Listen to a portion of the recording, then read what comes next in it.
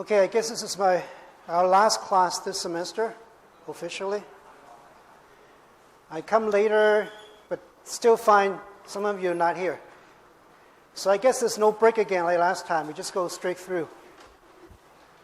And you probably have another quiz later, that means.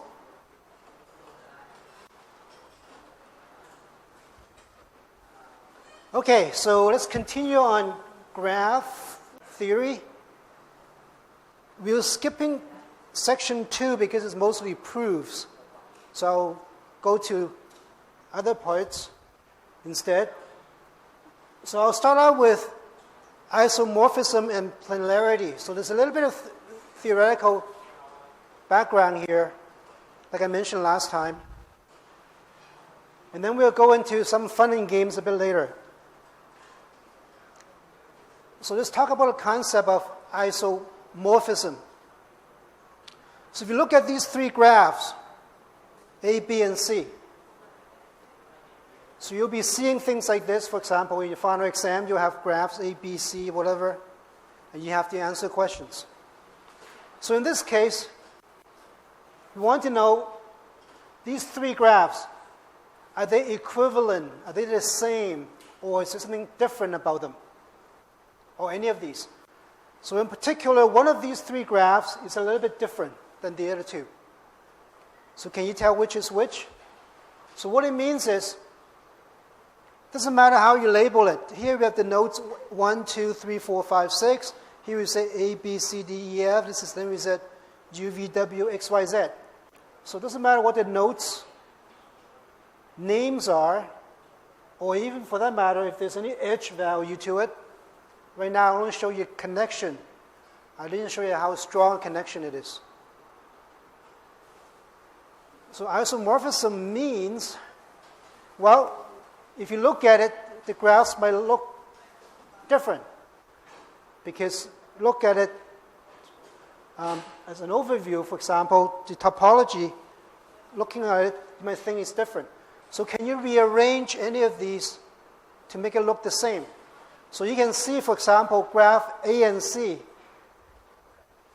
are actually the same. Because all you have to do is just swing down this leg and this leg. You put it like this instead, then you get graph C. But you also notice graph B cannot be obtained from A or C because it's opposite end. So you see that there's an edge coming out from here, but in graph B, it's not adjacent to it, but it's actually at the opposite. So there's no way you can arrange this to look like A or C. So that's the concept of what we call isomorphism. Iso means the same form. It means that it changes slightly. Just like, for example, you change your hairstyle or whatever, but it's still you, right?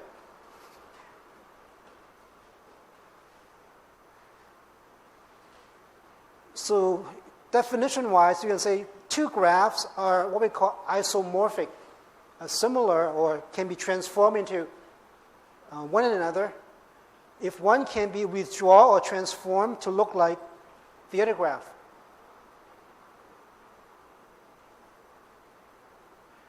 So in particular, we have these, I guess you can say, conditions. So if any of these conditions, you see these conditions, then it is not isomorphic. That means it cannot be transformed. So for example, they don't have the same number of nodes or edges. That's obvious. So in this case, we have 1, 2, 3, 4, 5, 6 nodes in all cases, and we have 1, 2, 3, 4, 5, 6 edges in all cases. That's fine. But do they have the same degree sequence? So degree sequence means you look at the degree of each node. So degree here is 1, degree here is 3, degree here is 3, 2, 2, and 1. So degree sequence means you rank from the highest degree to the lowest degree. So in this case, we'll have 3, 3, 2, 2, 1, 1. Here we have 3, 3, 2, 2, 1, 1. And the last one is also 3, 3, 2, 2, 1, 1. So the degree, same degree sequence for all three graphs. So now, next is, do they have the same number of cycles of any particular size? So cycle means it's like complete. So this is a cycle, this is a cycle, this is a cycle. So if you look at the definition from here, it actually satisfies all three. None of these are true. That means, actually, all of these could potentially be isomorphic. But then there's others, and so on. So what we're looking at here is actually, like I said, instead of adjacent nodes having 3 and 3, in this case we have opposite nodes in the cycle that's 3 and 3. So we have to look for certain differences.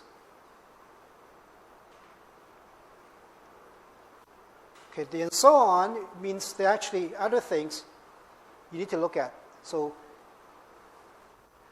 for most of us, I guess you can say a picture is worth 1,000 words. So visualizing it, you can tell the difference. Like last time in class, I asked you to come and draw, and you actually look at a picture and you try to find different configurations.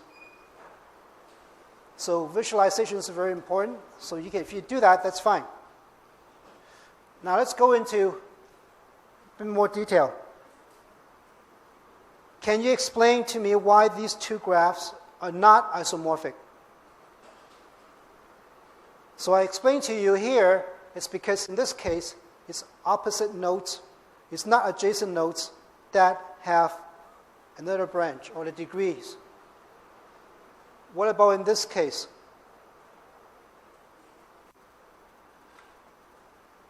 In this case, it satisfies same number of nodes and edges. They have the same degree sequence. These two also satisfy. What is not satisfied is the last case. Same number of cycles of any particular size. So here, same size cycle, same size cycle, same size cycle, meaning it has 4 nodes that makes a cycle. So it's the same size, a size with 4 nodes. Here, you can say, okay, this is a cycle. 1, 2, 3, 4, 5, 6. 6 nodes make a cycle. This is another cycle. 1, 2, 3, 4. So this is another cycle. This is another cycle. 1, 2, 3, 4. This is another cycle. So we have cycles of 6, 4, 4, and 4. What about on the left-hand side, graph G?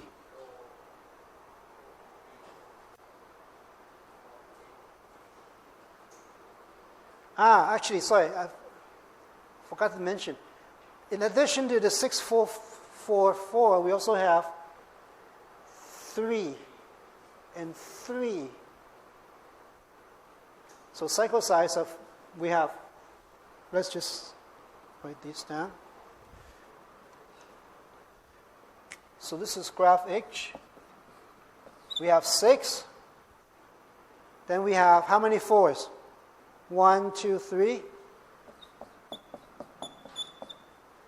And how many 3s? 2 3s, right? Anything else? Let's start with H. So 6 is this one. 4 is 1, 2, 3, and then this is 3, right?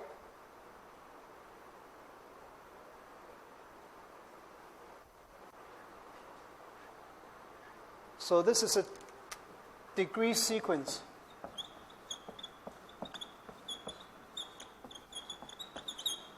It's called degree sequence.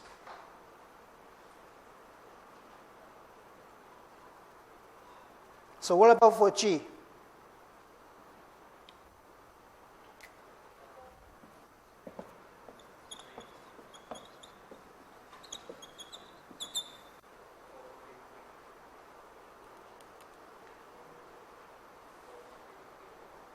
Four, 3, 3. Do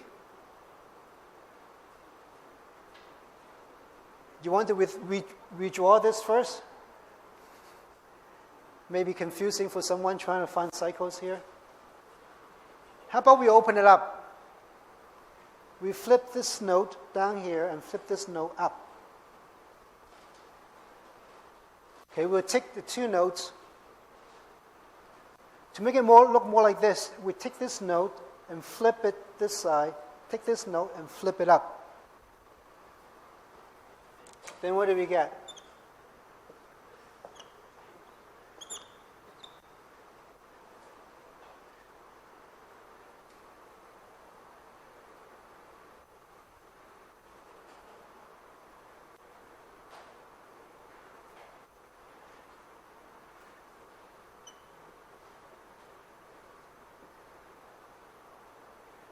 This is the same.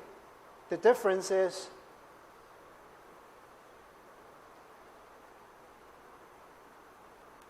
so if you do that, visually it looks different. And what do we have? Degree sequence is 6, 4. No, we have 2 4s, right? 1, 2, 3, 4. 1, 2, 3, 4. And then what do we have?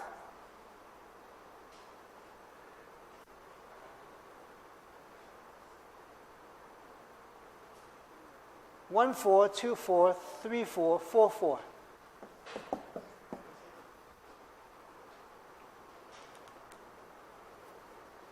Or is it 5 4? No, 4 4. Do we have more? So do you see you see a 5? How do you get a 5? Is there a 5?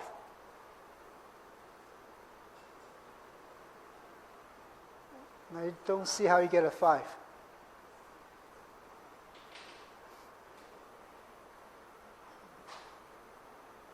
So as you can see, actually there are no 3, right? You don't have degree sequence of 3. You don't have something like this for this one. So when you redraw it, it's very obvious. This graph and this graph are different. And when you define it in terms of degree sequence, you can see that they're also different.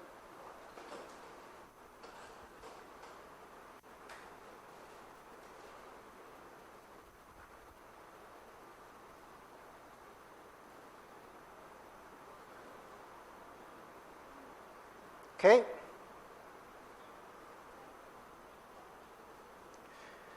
Okay, practice. Simple exercise. Here we have 5 graphs. Can you tell me which graphs are isomorphic? Could be just one pair, could be more than one pair. It could be more than, could be like 3 are isomorphic of the same configuration.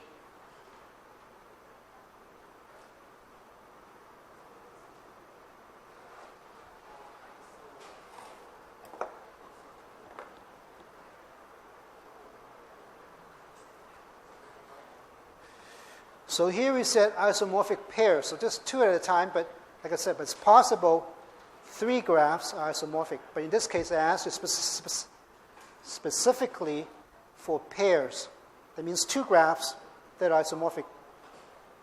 Are there any pairs here that are isomorphic?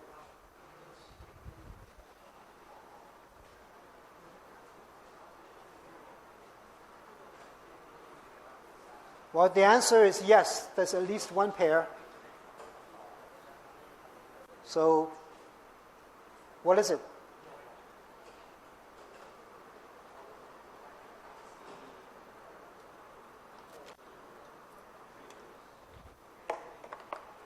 We have A, B, C, D, E. Which pair?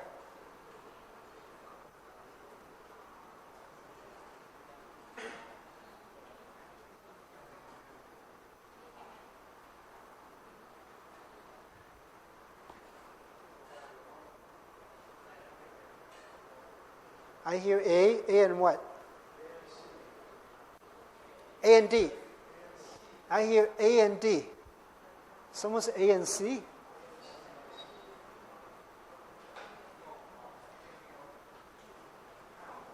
Okay, they all have 4 nodes and 4 edges, right? All of these graphs have 4 nodes and 4 edges.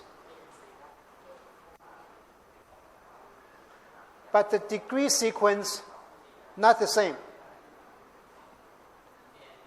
2, 2, 2, 1, 2, 2, 2, 2, 2, 2, 2, 2, 2, 2, 2, 1, 2, 2, 2, 2. So if by degree sequence, A and D are the same. Degree sequence.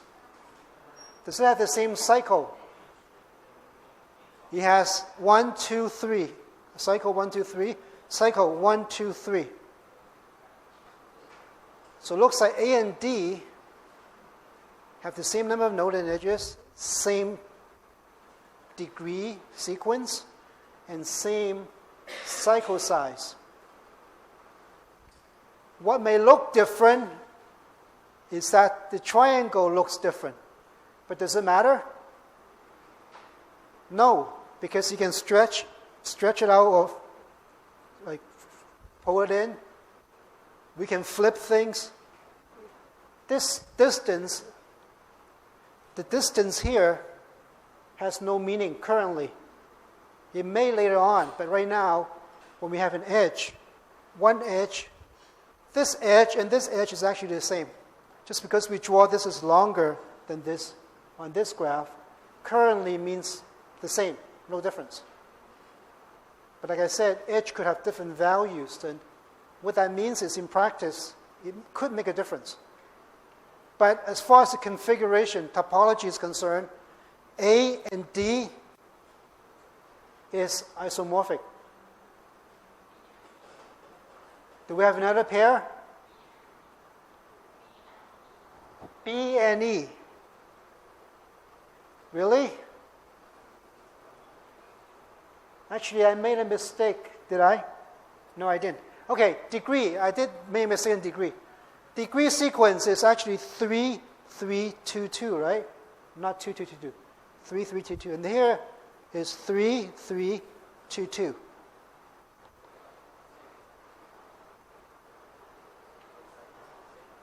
Not the same size. Cycle size 1, 2, 3, 1, 2, 3. And here 1, 2, 3, 1, 2, 3. It's the same. So it looks like B and E may be isomorphic.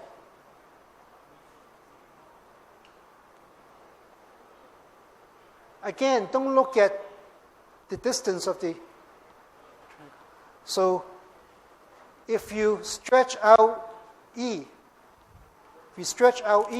it will look like this, right? Again, don't look at the distances. Look at the cycle size. 1, 2, 3, 1, 2, 3. And this is the same. So all you have to do is just stretch this triangle out. You stretch this out. You pull this down. If you pull this node down, then you would get this, actually same as B.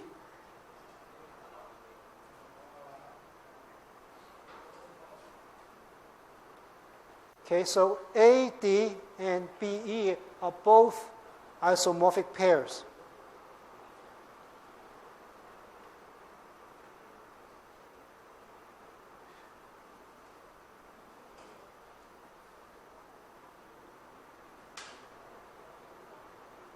Any questions?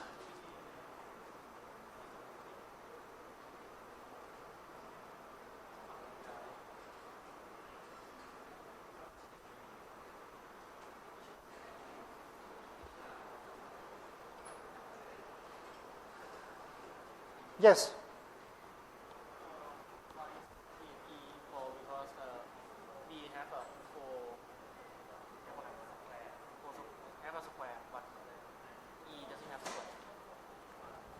Okay, he's confused because he said it's a square, and there's no square. But there is a square. So there is a 4. 1, 2, 3, 4. So there's a cycles. Cycle sizes. 1, 4. 1, 2, 3, 4. That's a cycle. Like I say, if you stretch this down, you have this. So there is 4. 1, 2, 3, 4. This is a cycle. You say it's not a square, but like I said, the edges doesn't matter. So what it means, if you stretch this down, then you look more like this. Then you can look like a square. You can stretch it. Right now, the edge value doesn't matter. So you unfold this and you pull this down. Then it looks exactly the same. So the edge can stretch or it can shrink.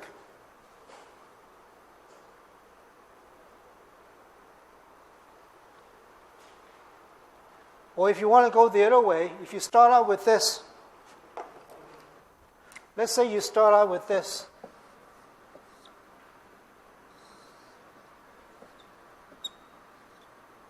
So how do we make it look the same?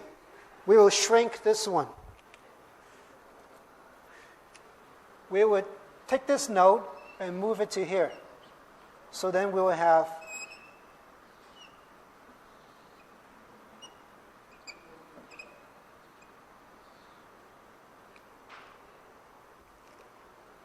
and then we can flip it like this. Then we'll pivot it along here. We'll flip this up.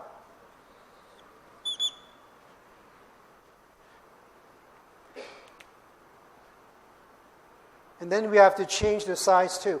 But basically, by doing that, you would get E. You can go either way.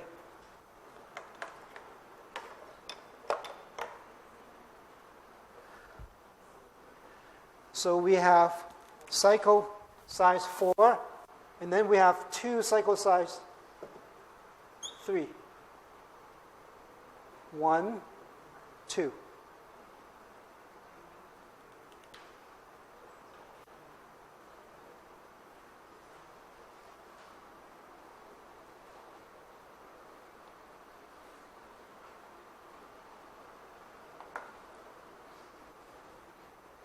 Any other questions?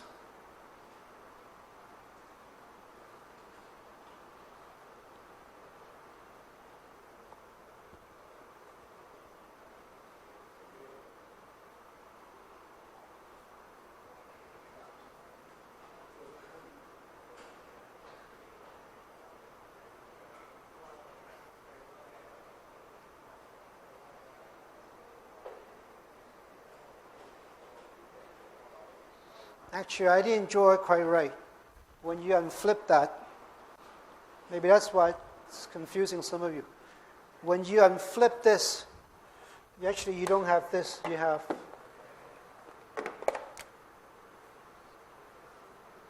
that. When you flip 1, 2, 3 to the other side, you get this. Maybe that's what's confusing some of you.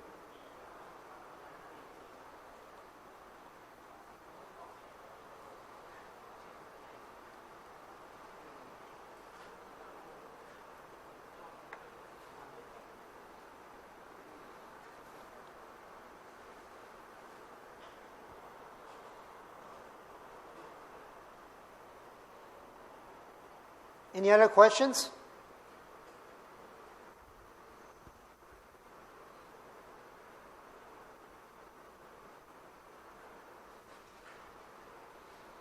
Okay. More practice, just a little bit more complicated looking. So again, I want to explain why this is not isomorphic. So we can start with number of nodes and edges. 1, 2, 3, 4, 5, 6, 7, 8. 1, 2, 3, 4, 5, 6, 7, 8. Edges 1, 2, 3, 4, 5, 6, 7, 8, 9, 10. Is that right? 2, 3, 4, 5, 6, 7, 8, 9, 10. Yep, 10 edges. So usually, if nodes and edges probably the same. degree sequence. 1, 2, 3, 4, 5. 1, 2, 3, 4. 1, 2, 3, 4. Do we have a degree sequence 5 here? I mean, do we have a note with a degree 5 on the right? Left is 1, 2, 3, 4, 5 here, right? But on this side, we don't have 5. So degree sequence is not the same.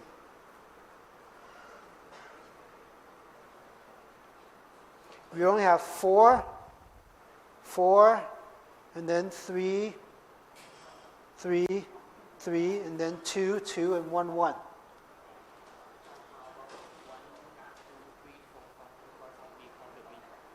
Which one? No, that in the middle. 1, 2, 3, 4, 5. So we have 5. So where's no 5, right? 5. 1, the left.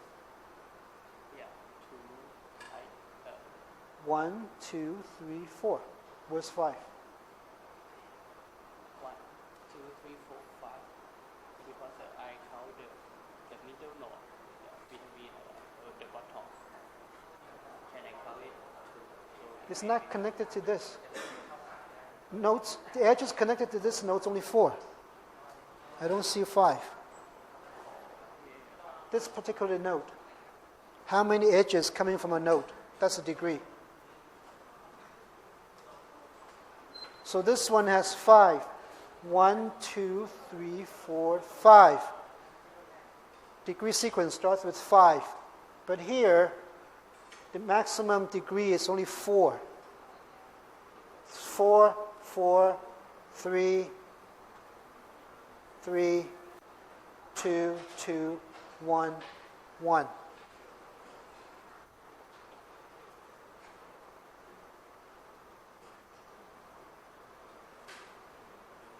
Okay, so degree sequence, not the same. So you can explain it and say degree sequence not the same.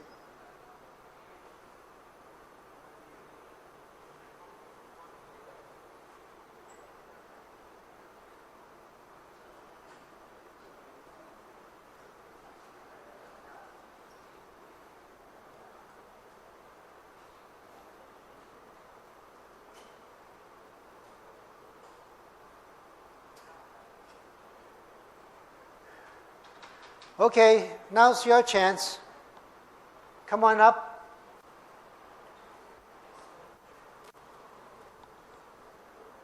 Again, it's not isomorphic, I already tell you, so why not?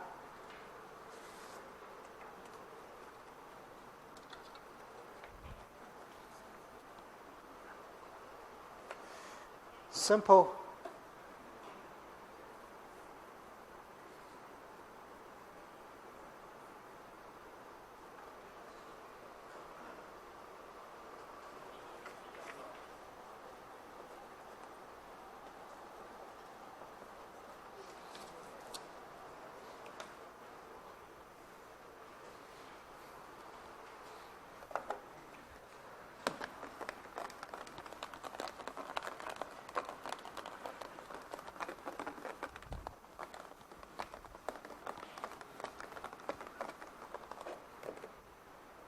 Okay, 2 people can come up, 1 on each side. It's easy, very easy. Well, not difficult.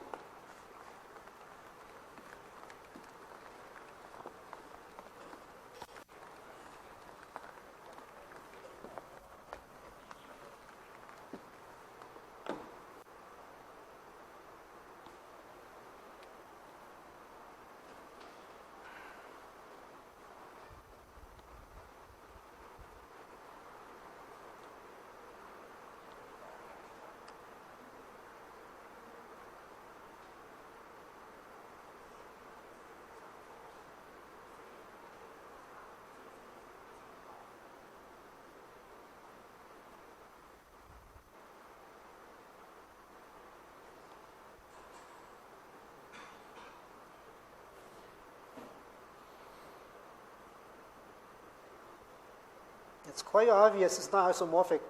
The question is why. Just explain it.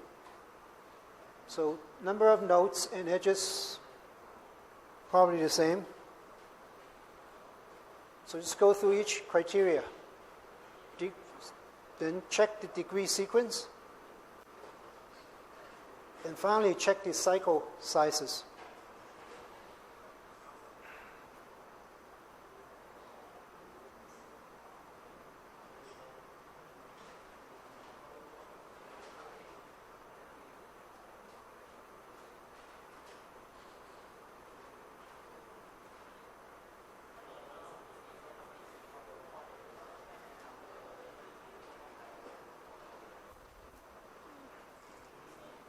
So it's very easy.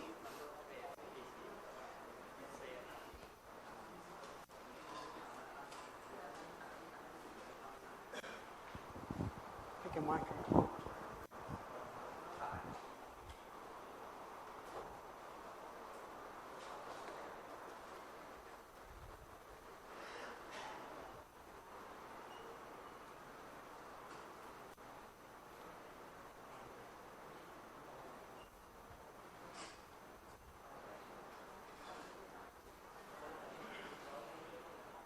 So you will have a quiz later, so make sure you understand all this material.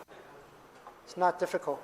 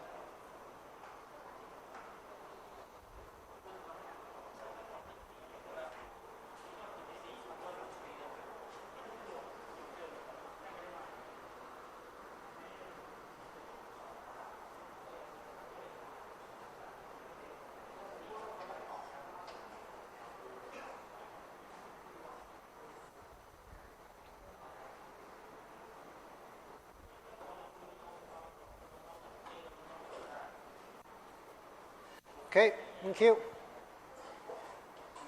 So as you can see, the answers are different. But that's okay. Can you write your name down, please? Because this can be more than one answer, right? Let's look at this one. It says H1 has 5 nodes with 2 degrees.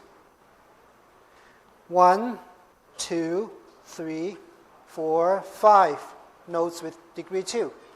But H2 only has 2 nodes with 2 degrees. 1, 2. So that's fair. The number of nodes with 2 degrees is different. In other words, it's actually degree sequence is different, but they just answer it this way, which is fine. It is implying degree sequence. And in this case, he's answering degree sequence. I'm not checking if it's correct, but it looks different enough. The numbers may or may not be correct, but at least we know they're different. So both of these answers are acceptable. Another obvious answer is the cycle size. If you look at this big cycle, 1, 2, 3, 4, 5, 6, 7, 8, a cycle of 8.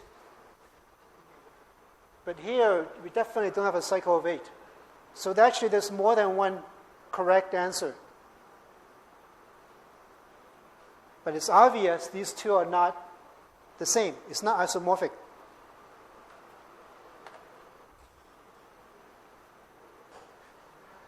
Okay, so next concept, isomorphic. Now we talk about planar. Planarity, like is it, can you be on a plane, arranged on flat plane? So a graph is planar if it can be drawn on a plane surface with its edges without the edges crossing. So you see the edge seems to be crossing here. The edge are crossing here, here, here, here. So in that configuration, it is not planar. But we can withdraw these to make the graphs planar. Planar again, edges like these do not cross. When you cross like this configuration is not planar. But this graph can be withdrawn to be planar. So how do we do? What do we do? Well, for example, we can move node 3 to here. Just take this node and pull it down to here.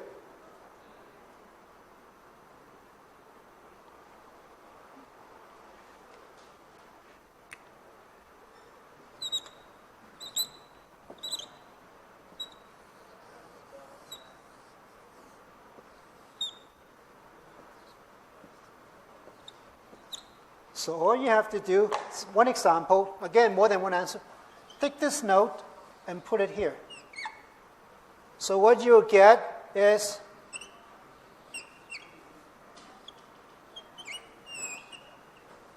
and then you have this.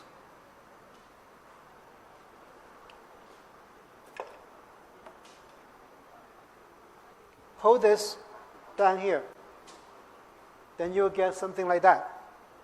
So now the edges do not cross. Edges, no edge crossing. So now this actually can be rearranged to be planar.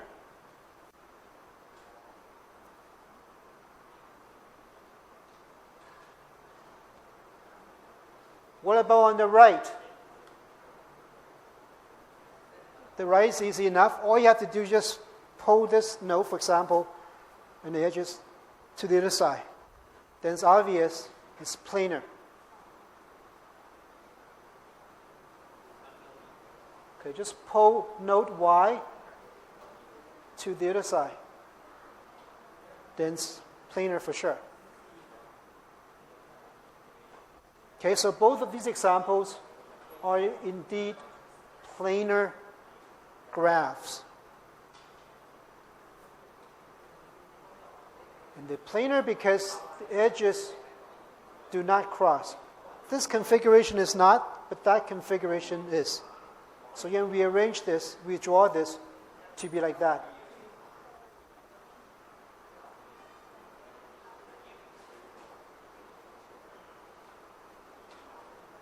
Okay?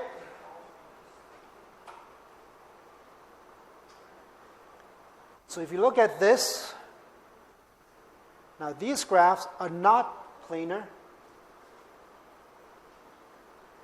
In particular, their configuration, if you look at the left one first. So what's the feature of the left-hand graph? It has 5 nodes, and each node connects to all other nodes. So one connected to 2, one connected to 3, one connected to 4, one connected to 5. 4 connected to 1, 4 connected to 2, 4 connected to 3, 4 connected to 5. So this is what we call a complete graph.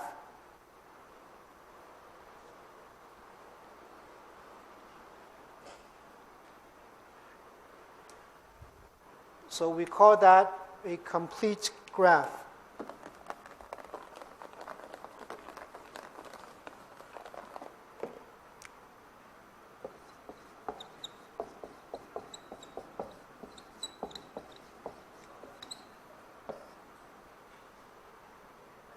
That's because each node is connected to all other nodes with an edge. Each node connects to all the nodes. So 5 nodes, that means each node will have 4 edges, degrees of 4. If you have 1,000 nodes, then there would be 999 edges for each node. Obviously, it's very complex.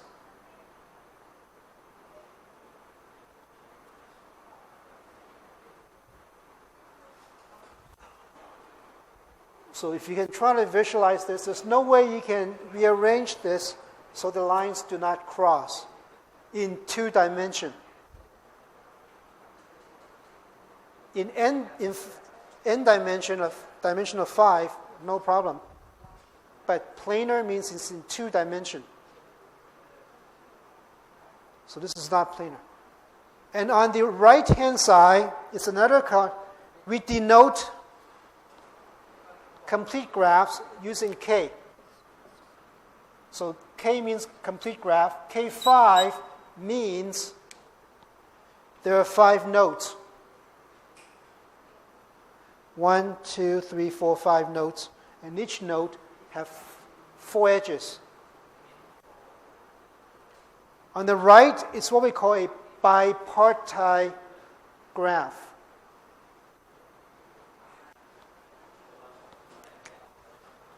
In particular, we have a complete, again, but it's a bipartite graph on the right-hand side. What that means is the nodes A1, A2, A3 is distinct or different from B1, B2, B3. And you can see each node on the left-hand side, A1, the A's, connects to all the B's. B1, B2, B3. A2 connects to B1, B2, B3. A3 connects to B1, B2, B3. And vice versa. B1 connects to A1, A2, A3. So that is a bipartite graph because we have 2 partitions, A and B. And it's complete graph because it connects to all the nodes in the other partition.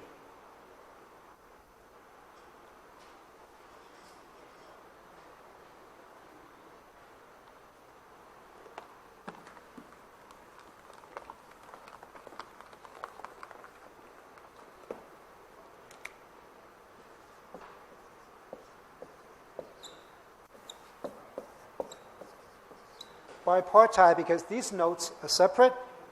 It's complete because this connects to these 3, this connects to these 3, and this connects to these 3, and so on. So we have 2 sides, A and B. So it's called bipartite graph. And it's complete because, again, each node connects to all the edges on the other side. It doesn't connect on the same side, but it connects to the other side. It can connect to the same side too if you want, but that means it's a subgraph. It's bipartite.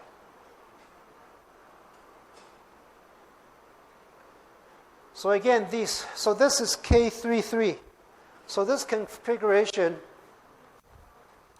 K, means it's complete, and then 3 refers to 3 nodes on this, 3 nodes on a second.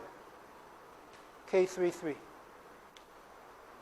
So K means complete graph, 5 means has 5 nodes, 3, 3 means it's a bipartite graph with 3 nodes on the 2 sides.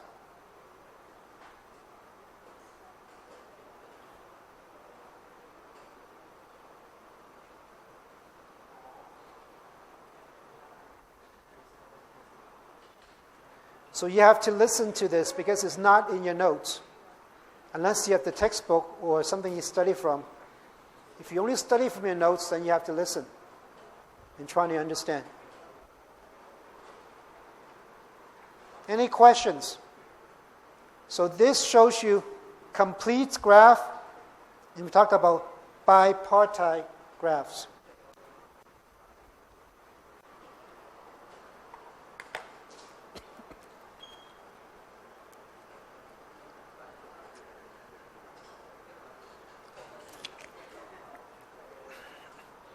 Remember, you have a quiz later. Any questions?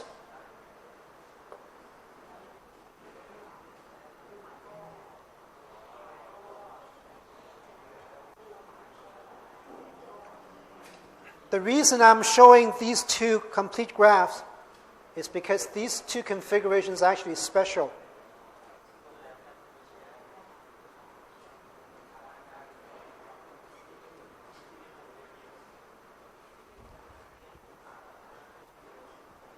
Both of these are not planar.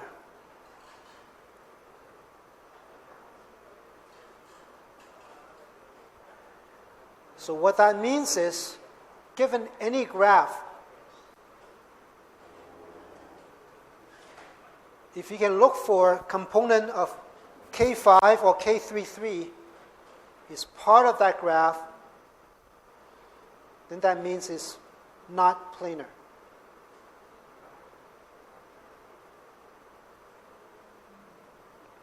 Okay, so let's define the complete graph first. Kn and Knm, what I just mentioned. Kn means it's complete graph, or you can say simple graph versus bipartite graph. And n is the number of nodes in the graph. Complete bipartite graph is Nm. N and m do not have to be the same, but in the example here, it's the same.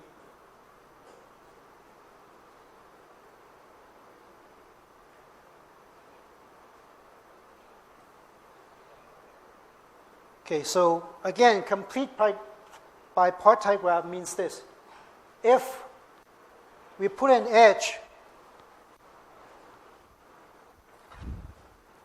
if we add an edge, say A1 to A2 or A2 to A3, if we add additional edges, then it's not complete bipartite graph because this and no other edges. So if you add these two edges, that means it's not a complete bipartite graph, but it has a complete bipartite graph as a subgraph, as part of the graph.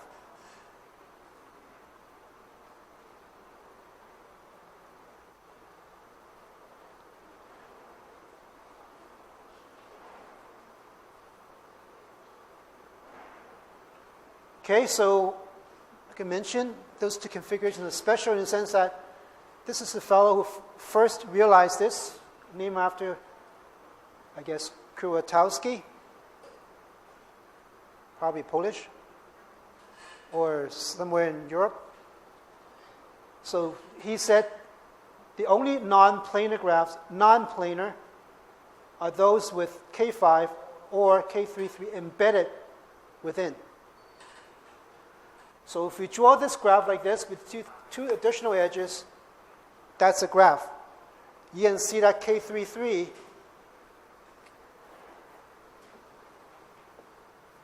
is embedded because this configuration in red is K33. So if you have these two embedded as part of the graph, then it is non-planar or not planar.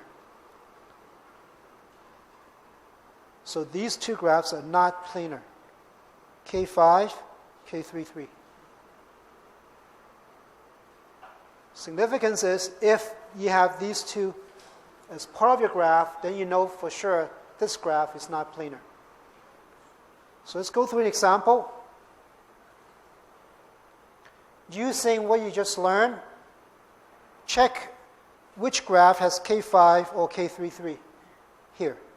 One of them has either K5 or K33 and is not planar, and the other one does not have K5 or K33 and is planar.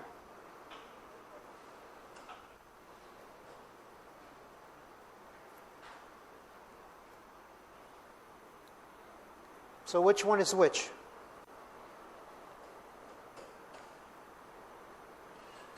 You got 50-50 chance. It's only two choices.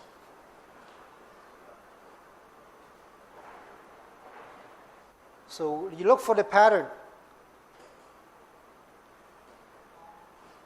The easiest, obviously, I mean not obviously, but you look at K5, look at 5 nodes at a time, or K33, since you have 3 and 3 here, 3 and 3 there. So it's quite obvious, right, if you look at K33.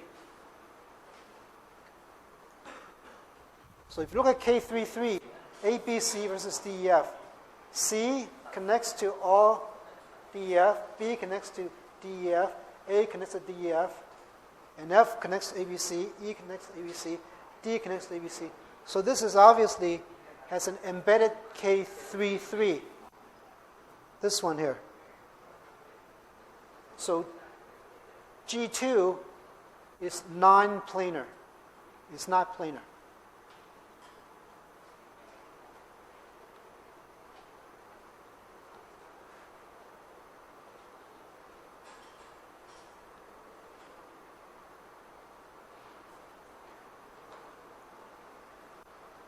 Okay, so I'll give you another chance to get some easy mark. Well, not that easy, but not difficult. We said G1 is planar, right? That means, can you draw me the planar version of G1?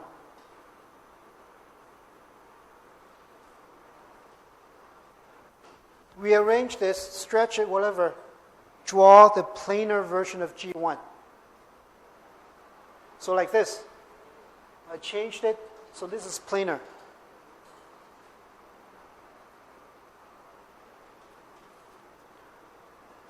So see if you can visualize it. Come on up, one on each side. You can draw.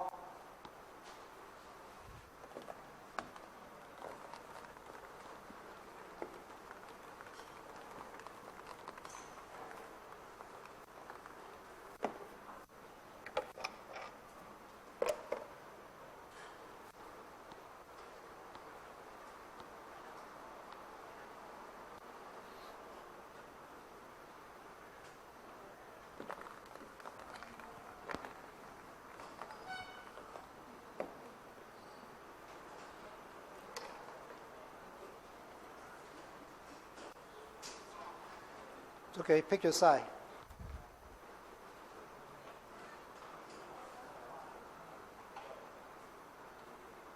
Anybody else want to come up? One more on that side.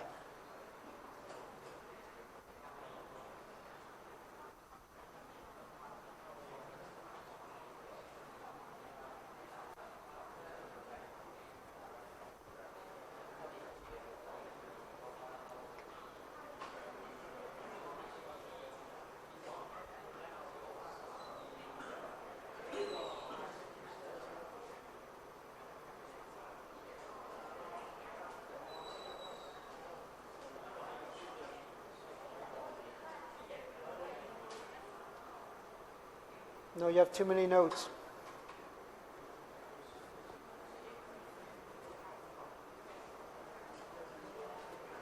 There are only 6 notes. You have to rearrange things and stretch things or shrink things.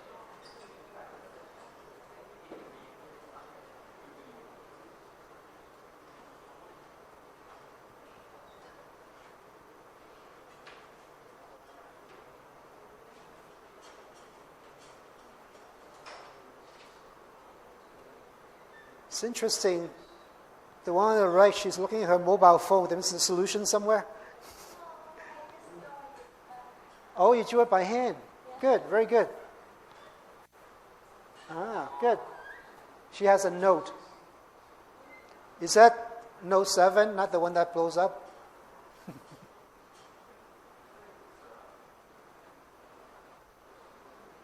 So notes could be useful. You can just draw on it. Good.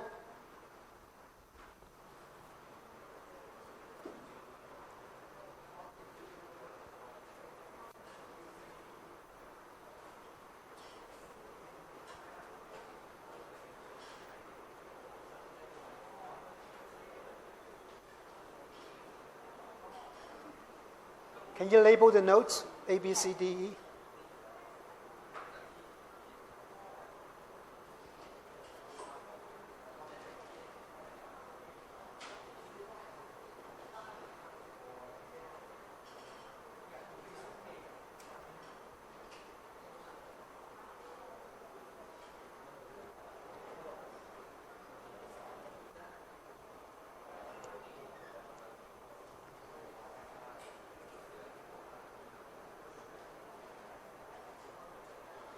So now you check. It doesn't look correct.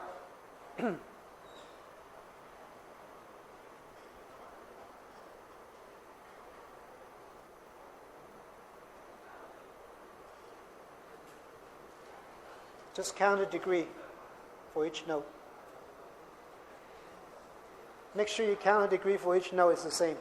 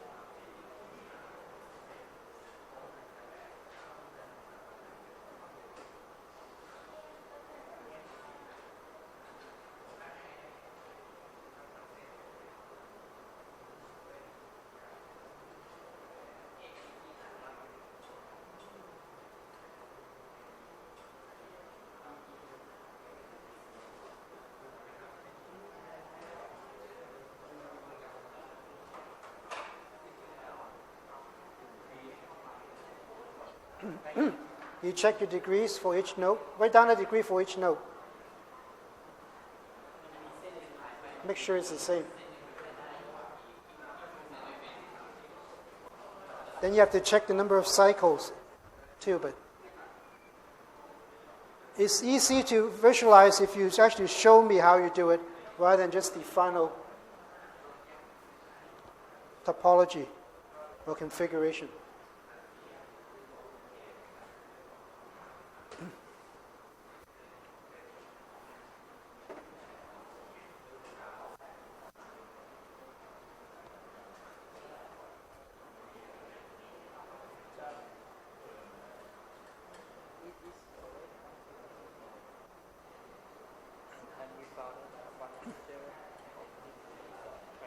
You have to check if it's correct or not. Like I said, you have to check the degree and the cycle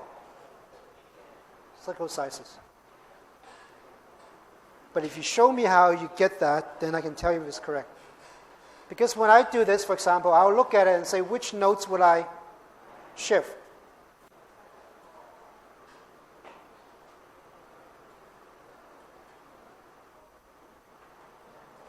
Similar to what I did before, I just take one note and I moved it with the edges. In this case, you have to move 2 notes. You move 2 notes, then it's a planar.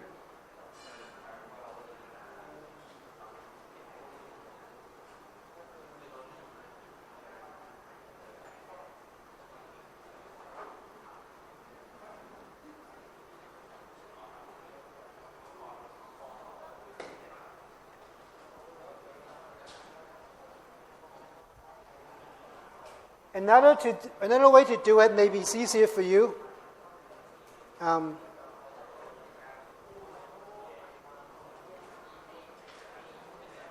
So far, we draw edges as straight lines. But edges don't have to be straight lines. So maybe it's easier for you to visualize if it's not a straight line. Still not finished? Are they confused?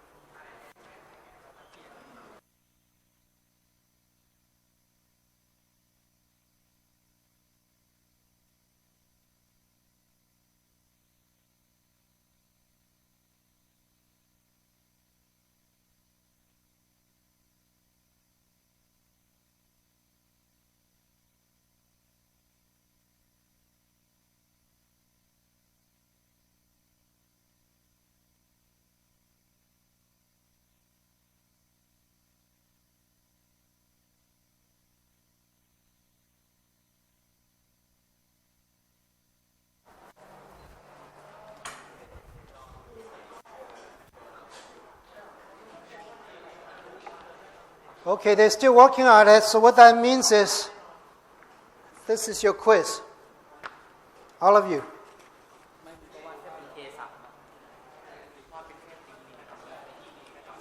So again, no break. You can take a break during the quiz if you want, and just go out. They're giving you help. If you think what they're doing looks promising, then you can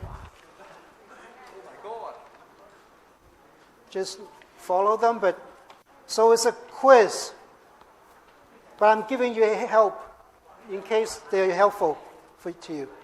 So don't talk to your friends.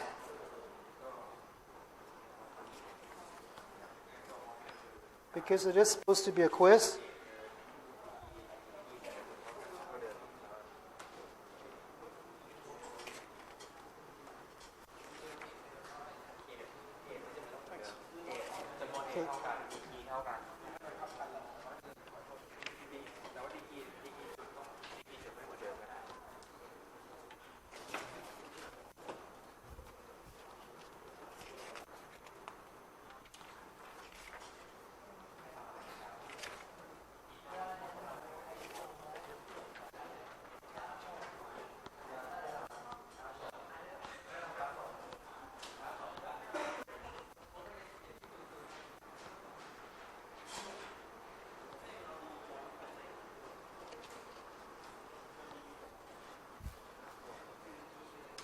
Okay, I'll give you 10 minutes to complete it because you already started.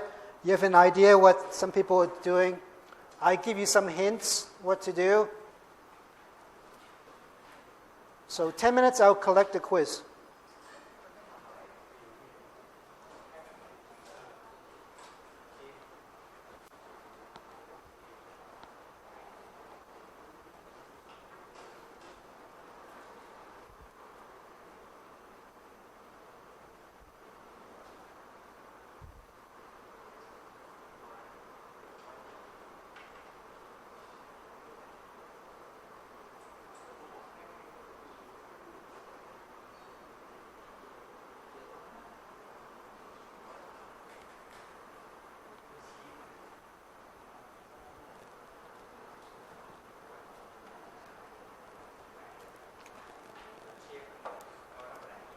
It's a quiz. It's a quiz. Excuse me.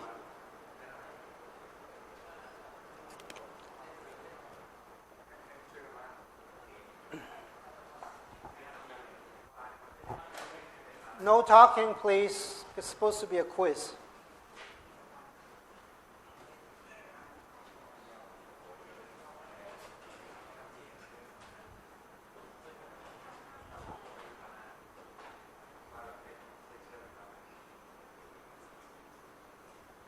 It's a quiz with some help. If you think it's helpful, whatever they do on the board.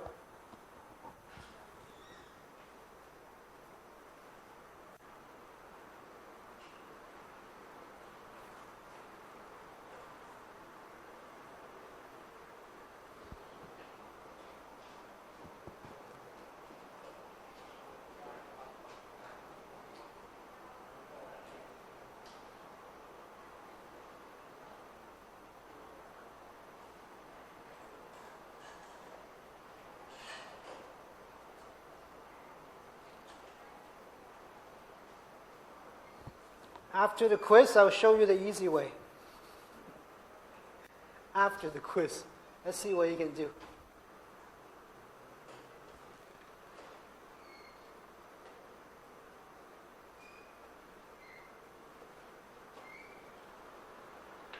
Yes? Sorry?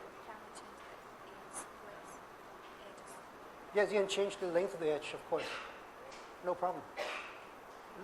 Length of the edge makes no difference. You can stretch it, you can shrink it.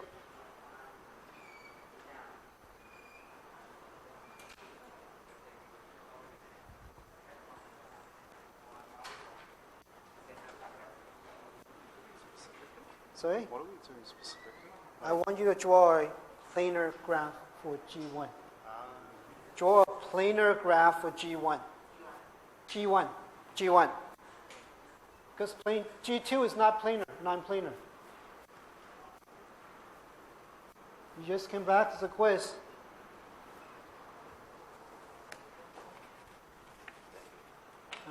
There are two pages there.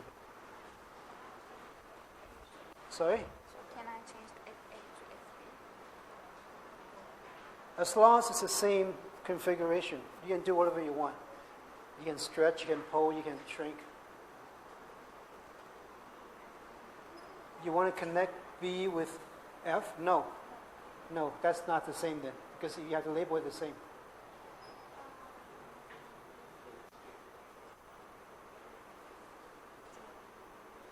I don't know, maybe. So if you think you're done, take a piece of paper, write it down, because it's a quiz.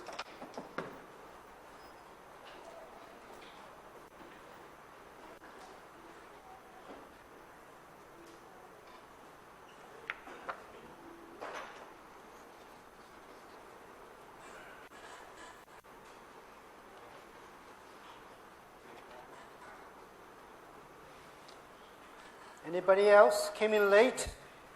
It's a quiz.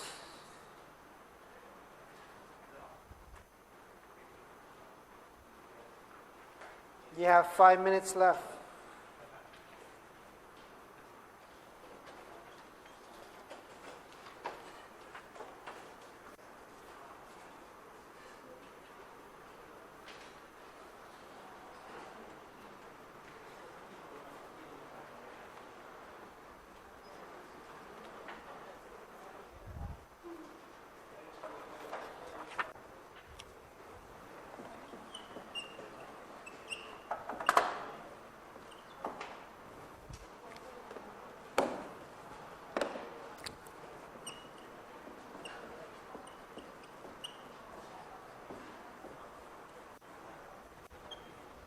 So again, the quiz is to draw the planar version of G1.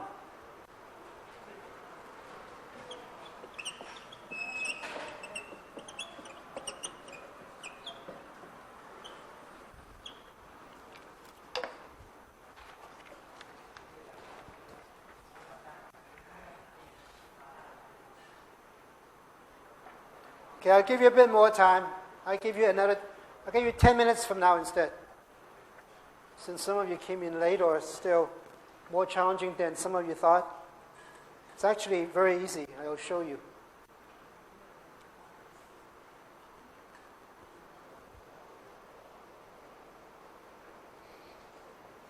You have something on the board that may or may not be correct on one side. She erased hers, but she's working on it here.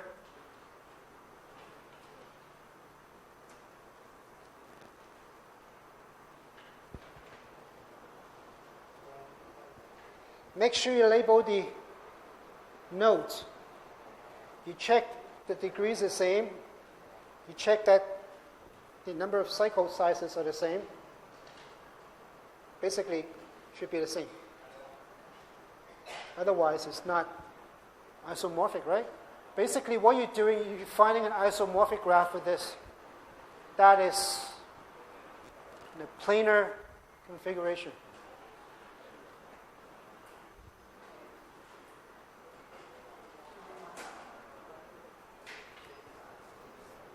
And this is your chance to take a break too if you want, because we're not stopping.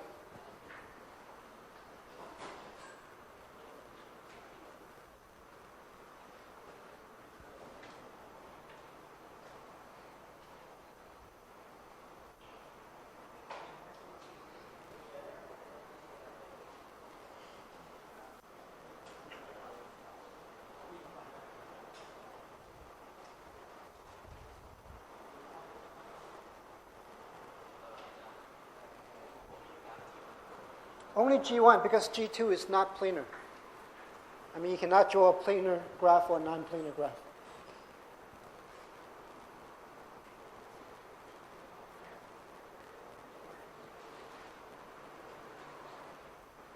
So G1 is the planar graph because G2 contains a K33. There's a K33 in G2, so it's not planar. Okay?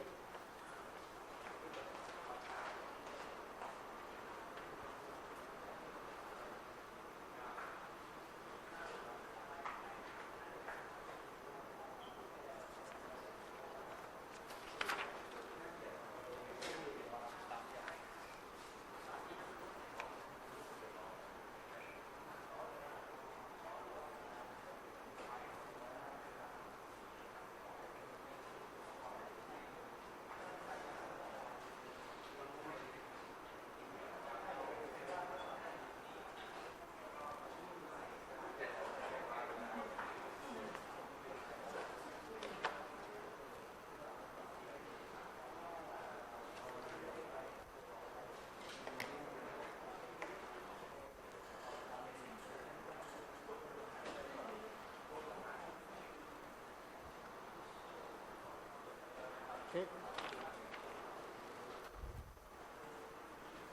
Hello at the back, it's a quiz. It's not a discussion. It's supposed to be a quiz. No copying in the quiz, obviously.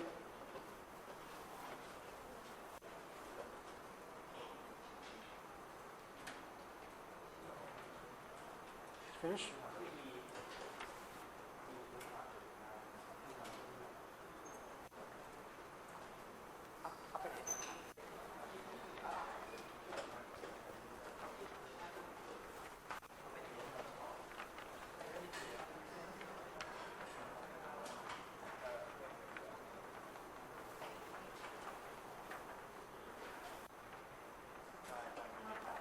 Too much talking here.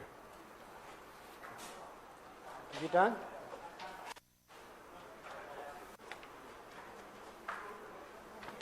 Do you want to talk outside?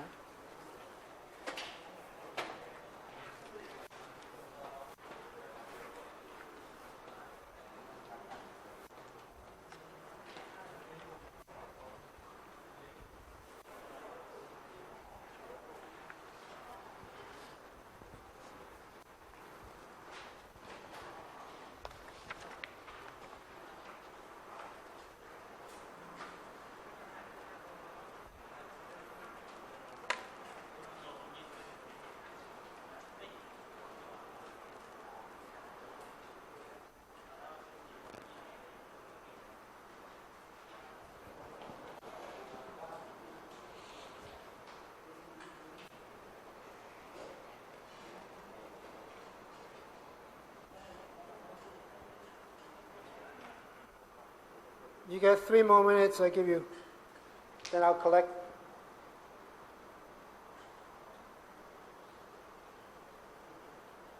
Don't forget to write your name and student number.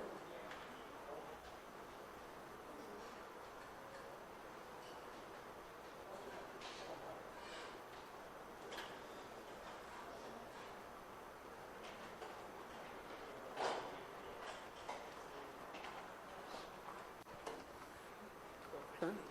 Okay.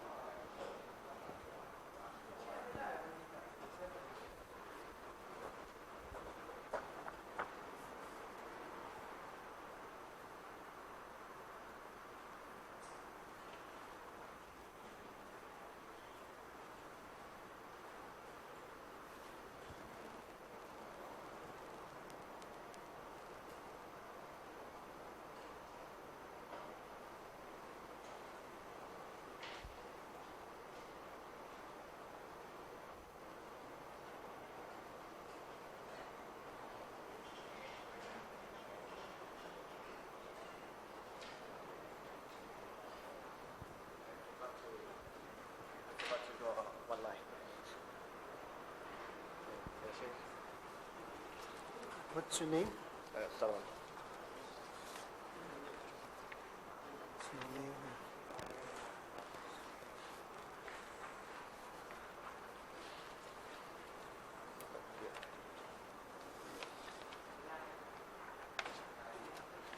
Okay, thank you.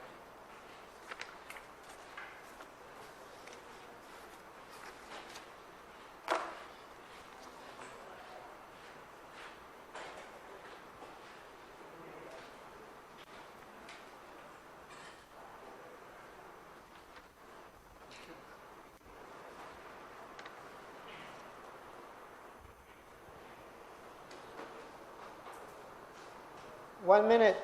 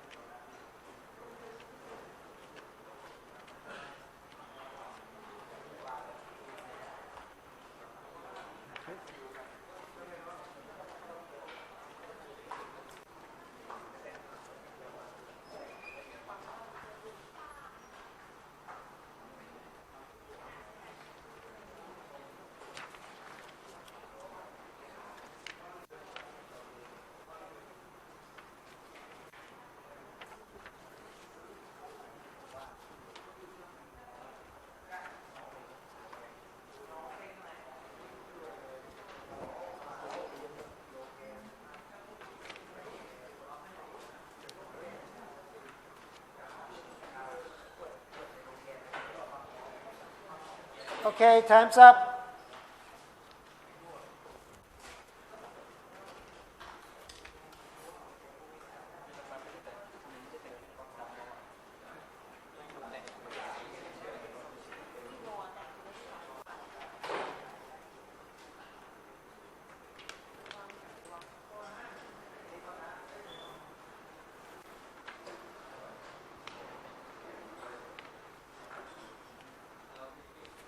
Anybody else to submit?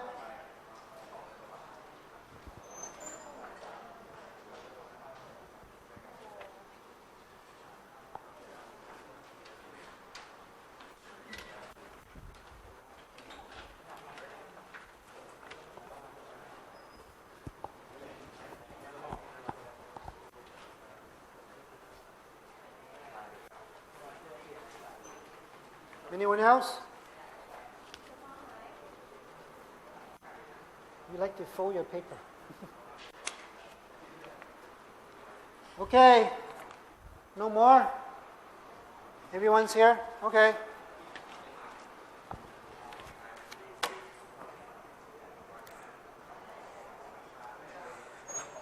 So I'll show you the very simple solution. which some of you already realized after I told you. So planar means the edges do not cross, right? So what edges cross? This edge, A to F, cross. Just pull the whole string outside. Pull AF out here. And here you pull EE out there. And you're done.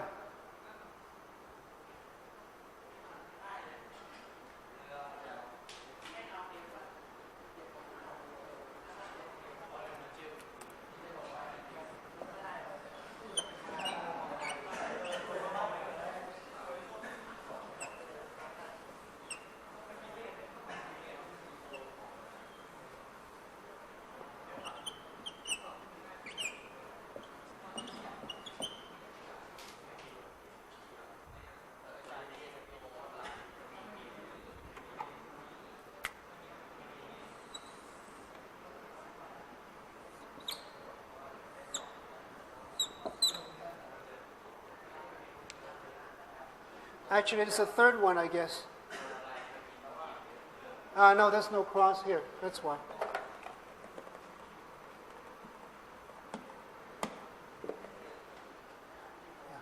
So when you do that, you pull this down, you pull that up, they don't cross anymore.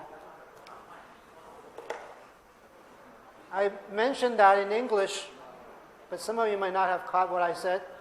Some of you did. Some of you were too preoccupied trying to figure out what to do.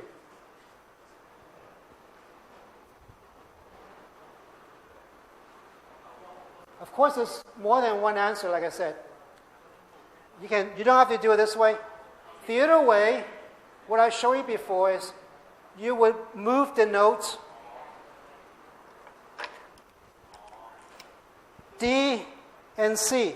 It's the same thing. Move the notes D and C.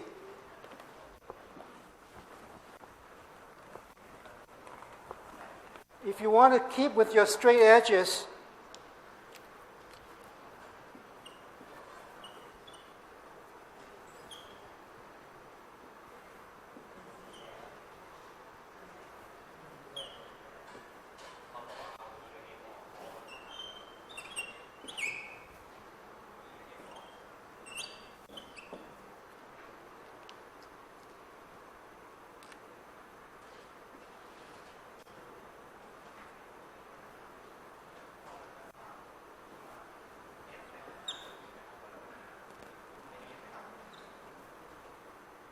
similar to what we did before here, if you want to keep your straight edges, we pull this, put it here. So we can take this note and put it here. We're going to take this note and put it here. Then we get a planar graph. It's easier to visualize if you just pull the strings out. Imagine this is a string, the edge. Just pull it out. Pull it out. Because an edge can be straight or curved, doesn't really matter actually.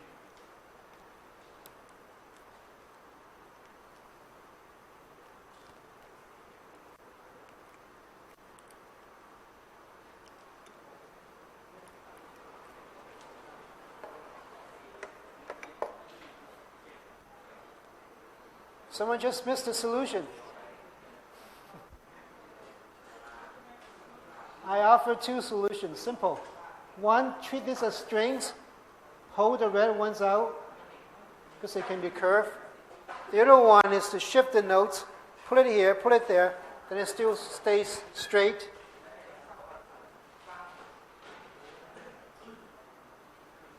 Then you get planar graphs.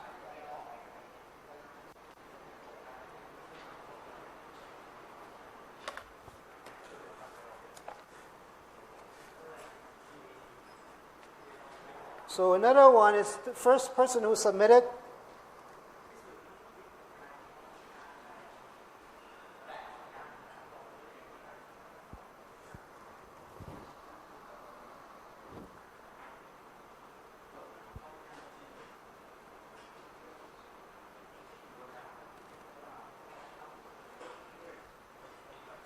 So he pulled BD out. He pulled more than 2, but that's okay. He pulled this out, and then he pulled BE as well. Whatever. He pulled quite a few graph strings out. And then he showed that I have to check with the edge, the degree, for example. So it doesn't have to be straight or straight line, could be edge, could be a curve. But just before, remember you see, you can have edges like this. So obviously they don't have to be straight. If I told you this before, of course, more of you can do this easily. So I want to see basically how you react and how you visualize, and if you listen or not.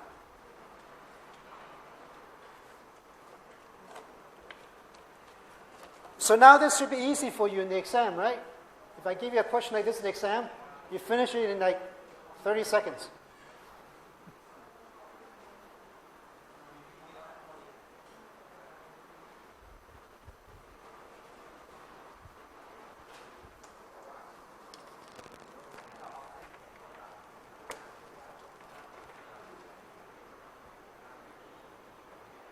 Okay, so let's go on with some theory in terms of theorem.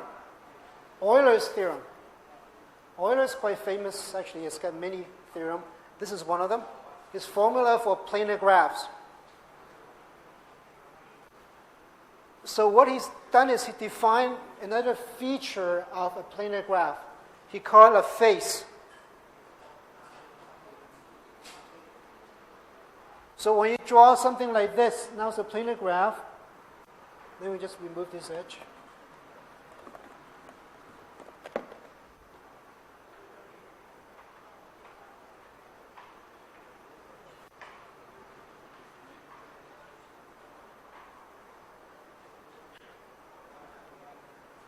So what that does is, this face actually is like a region.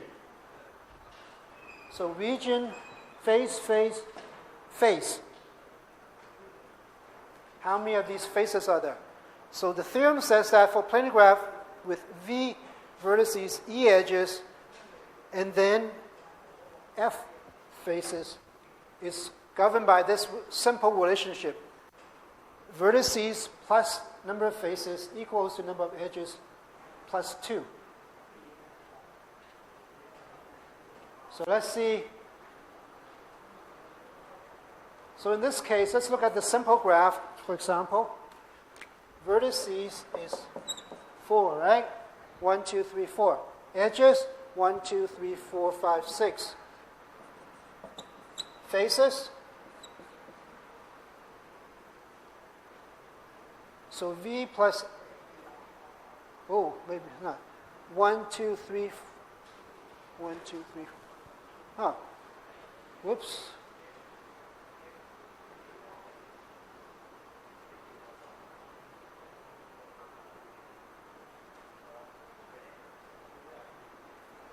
Okay, 1, 2, 3. I guess there's another one here. Sorry, 4. So F has to be 4, because if you solve for this, F is E plus 2 minus V. So number of edges 6 plus 2 minus 4 is equals to 4. So it has to be 4. 1, 2, 3, and then this one. 4.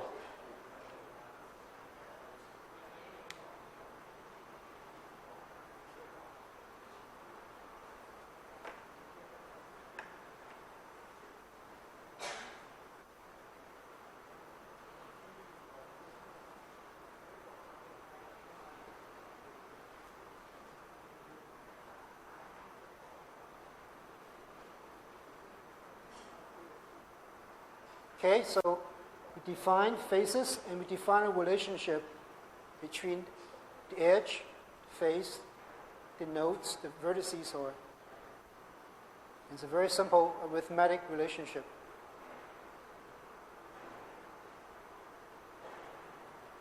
I'll post some examples for you later. Would not be an assignment, just questions that you can look at you can work on if you like.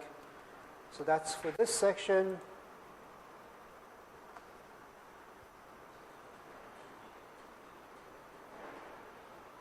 Okay, so next, in order for graph theory to be useful for computer scientists especially, we need to represent this in a way such that a computer can understand your graph. I mean, you can draw graphs like this. Human can visualize it, but computer will have problem. So we need to represent it in such a way that's easy, the relationship between the pair of objects and then number of edges and so on. Somehow we need to have a structure so that easy for the computer to process.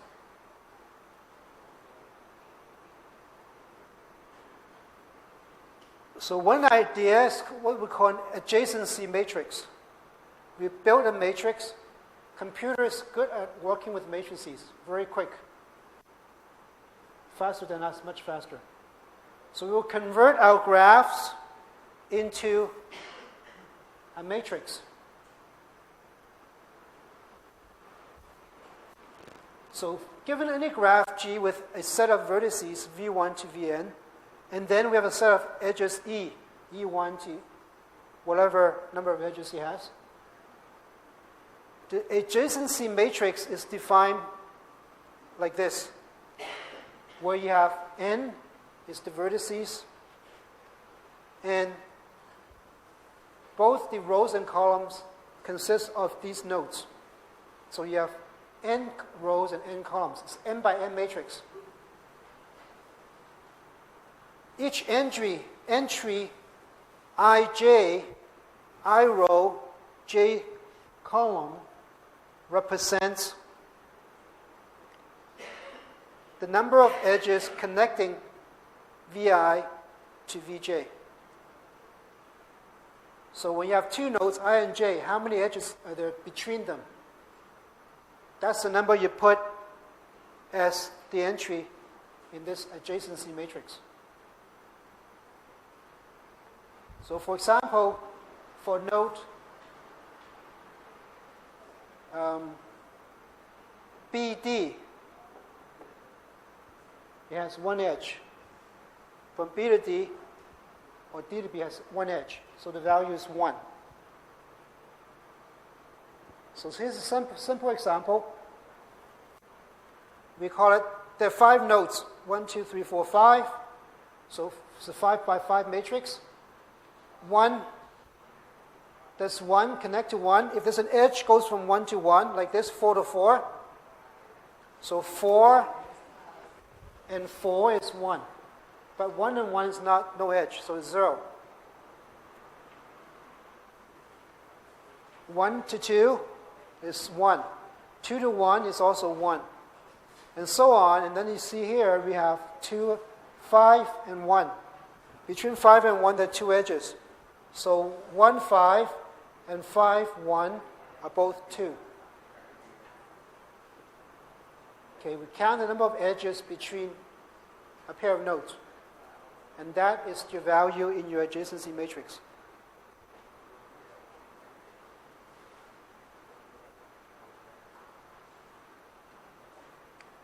So what that means, obviously, if you take your isomorphic graphs, if they have the same adjacency matrix, means it's isomorphic, right? It's the same. Because we draw it such that, so another feature of isomorphic graph is that they have to have the same adjacency matrix, obviously. If it's not the same, that means it's not isomorphic.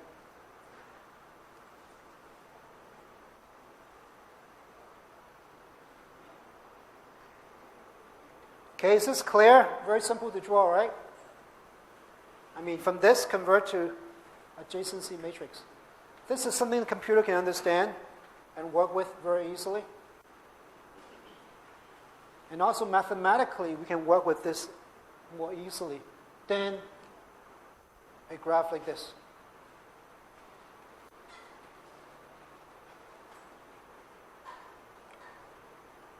So it's a simple exercise. You can do this for yourself. Given graphs like this, and what you see actually on this side, we have 3 and 4 separate from 1, 2, and 5. There's no relationship between 3 and 4 and 1, 2, 5, but it's the same graph. So a graph can have separate regions. It's possible. So it's a very simple exercise. You can try to convert these into adjacent matrices.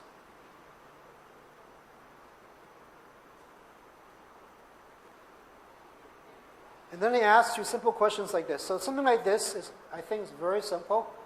If I asked you in the exam, you can do it very easily. It will not be difficult. Just don't make any silly mistakes, because you have to make sure you count.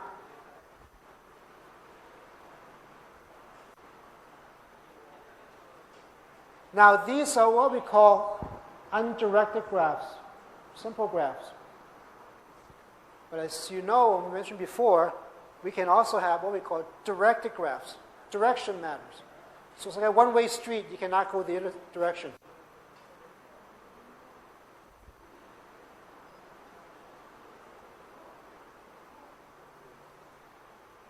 So for directed graphs, we might not have an edge going from 2 to 1. It might be only from 1 to 2. So similar to simple graph, directed graph have also vertices and set of edges, but there's an ordered pair of vertices called endpoints. So for example, you draw from node 1 to node 2, then you put in parentheses 1, 2. It's an ordered pair. You start from 1, you end up with 2. So the order matters. So we represent directed graph with an ordered pair structure. Okay, so we'll use a directed graph notation A in parentheses AB.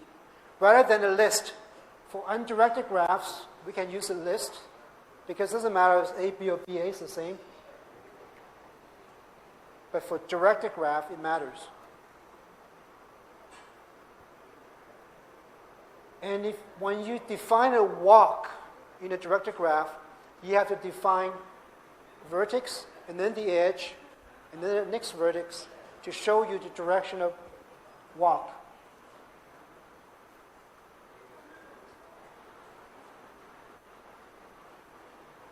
So for adjacency matrix, it's another, also n by n. The difference is that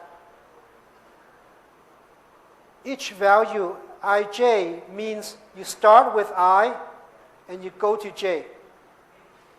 So each entry, row I, column j, ij, that means you start with node I. Is there an edge going from node I to edge to go to node j? If there is one, then it's 1. If there are 2, then it's 2. If there are none, then it's 0. Because you could have 1, 2, but there may not be a 2, 1.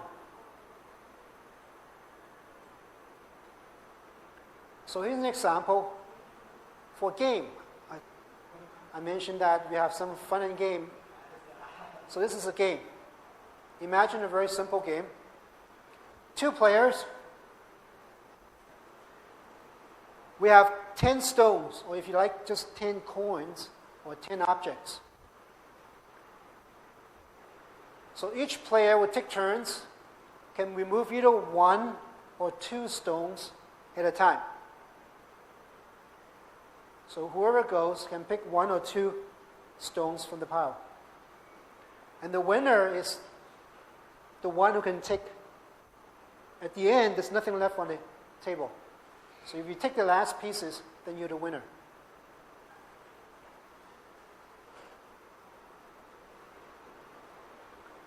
So for this game, we can actually denote it very well with a directed graph. It's directed because once you remove something, you cannot put it back in. So from 10, you remove 1, becomes 9. You cannot get 10 again because it's removed. So it's directed, only one direction.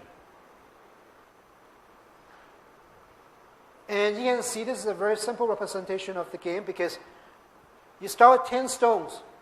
You can remove 1 or you can remove 2. So there are 2 different paths possible. If you remove 1, then there are 9 left. When there are 9 left, you can remove 1 or you can remove 2. Again, 2 possible ways to go. And we can complete this for all cases until it's 0. So the player who takes the last stone or last stones from the board is the winner.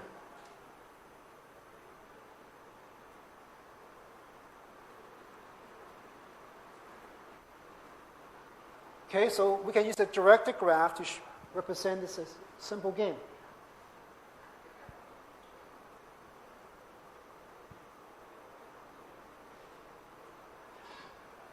Okay, so why do we need directed graph? I mentioned that because it has to be one direction only. Once you remove the stones, you don't put it back on the table. So only it goes in one direction. Otherwise, I mean, you could use other methods, but direct graph is an obvious way to model this game. So next, let's try to find the adjacency matrix for this directed graph. So what we have here are 10 nodes, right? You can have 10 stones, 9 stones, 8, and so on, and then you have no stones. So there are 10 different nodes here. So we have a 10 by 10 matrix.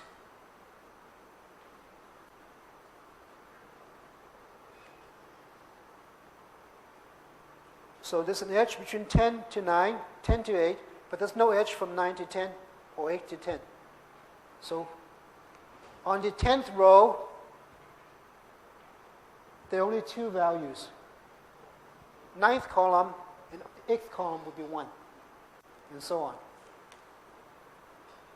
Okay, so start with ij. Is there an edge that goes from I to j? If there is, then you put 1. If there's 1 edge, you put 2 if there are 2 edges. For games like this, you only have single edges.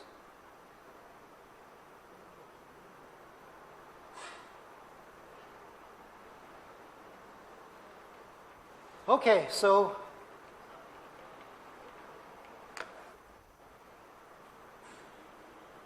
maybe you'll ask the 2 ladies who did not complete last time to come up again and do number 2. Can you draw the adjacency matrix for the directed graph? The 2 ladies who did this too, but you didn't put your names down yet, so let's come on up and draw the adjacency matrix. And then you can put your name on a piece of paper.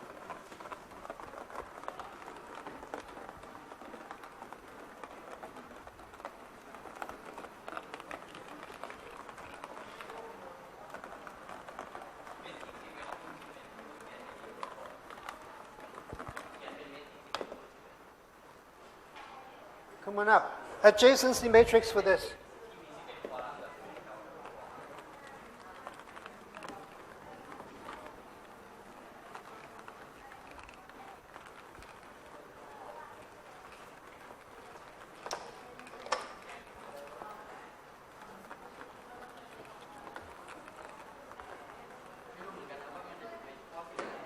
So 10 by 10 matrix. You don't understand adjacency matrix? เป็น10 คูณ 10 ก็ได้10 คูณ 10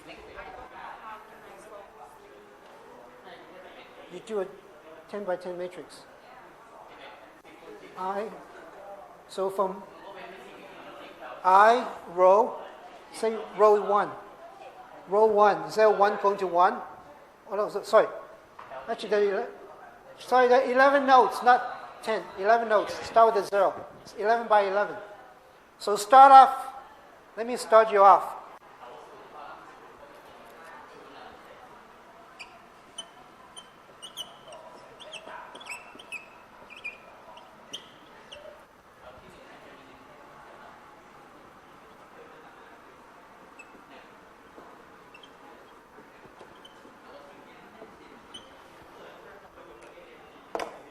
Start you off, 0. Start from 0. Is there an edge from 0 to 0? No, right? So that means no edge. 0 to 1? No, because it's 1 to 0. But 1 to 0, yes, there's a 1. So let's complete it.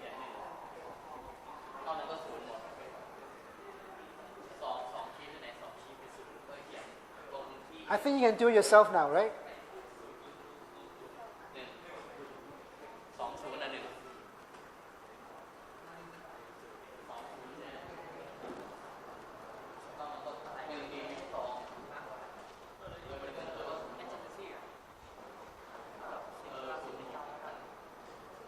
Adjacent means next to. So is there an edge from this node to this another node? If there is, that means they're adjacent, next to one another.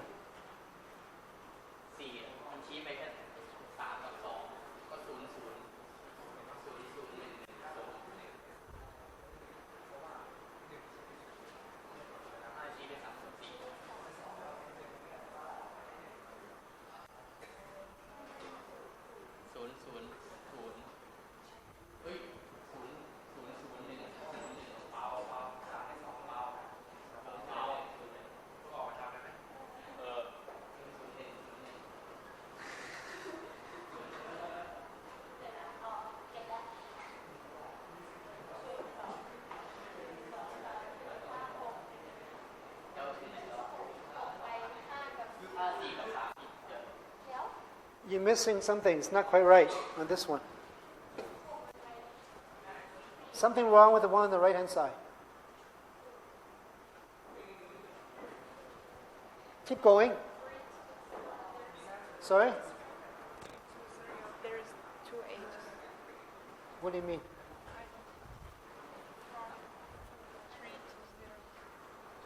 From 3 to 0. 3 to 0? No. 3 doesn't connect to 0. 3 only connects to 2 and 1. Okay.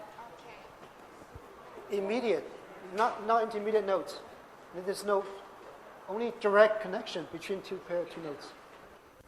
Only direct edge connection between two nodes. You cannot have an intermediate node in between.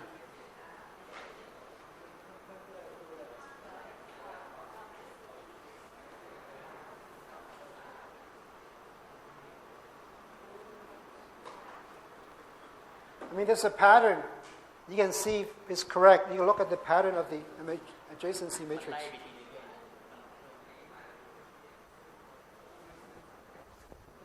Oh, is that a drawing? Someone sleeping? Did you draw that? No?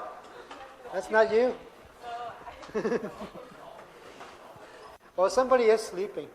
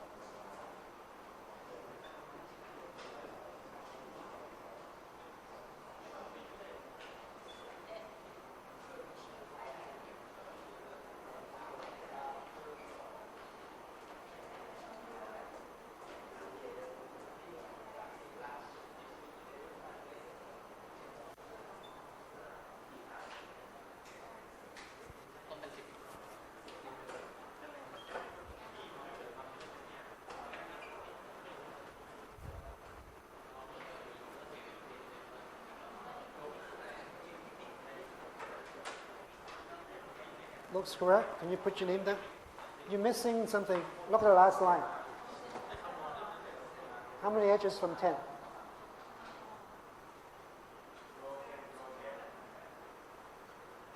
your 10th row. How many edges? Yeah. Have to be careful.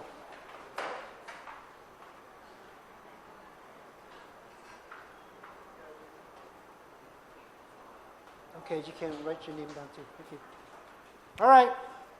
So this is adjacency matrix, very simple, the pattern. You can think about it vertically or horizontally. Basically, edges along the diagonal like this.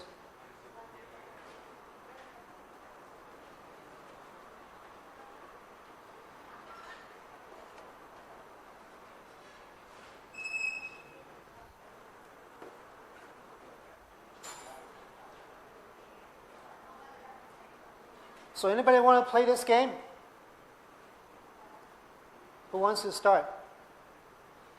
I can tell you if you start, you win all the time, if you know how to play.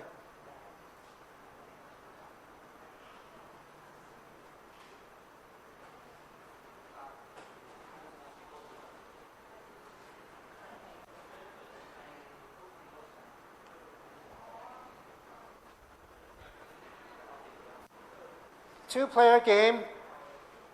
We move one or two stones at a time. So you start with here. You remove one or two. How many you want to remove? One or two? One. Anybody else want to remove just one?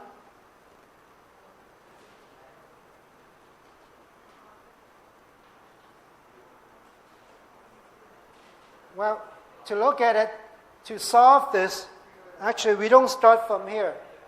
Really, we should start from here. We look at the end state, because this is what you want.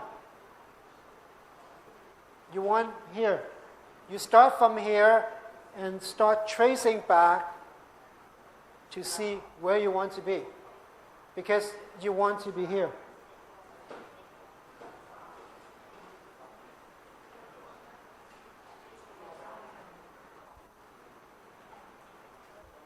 So the note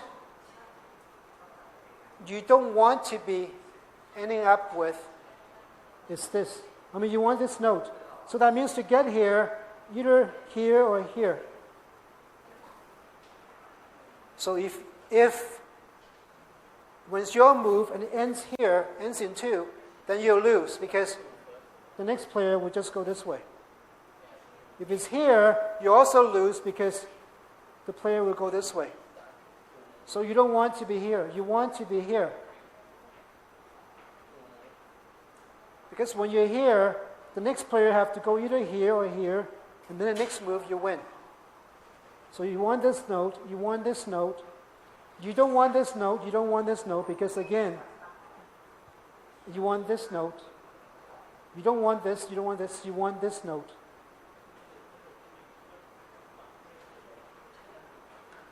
That means you want to start. Because otherwise, if you start, you can go to here. If you don't start, someone else go there, then you lose.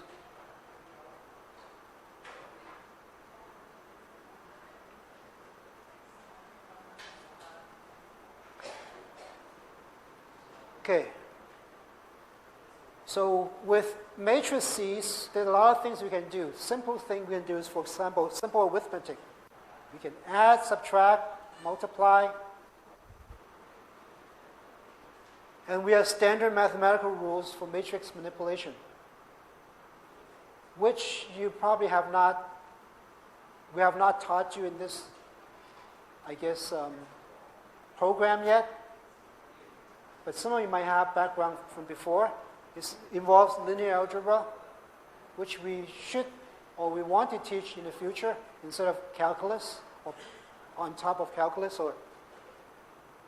So these standard operations of addition, multiplication, and so on actually gives you a practical meaning to the adjacency matrix. It's a real interpretation. So let's look at this directed graph. We have 6 nodes, and we can write it. You should get something like this. That's the adjacency matrix. So you can confirm that.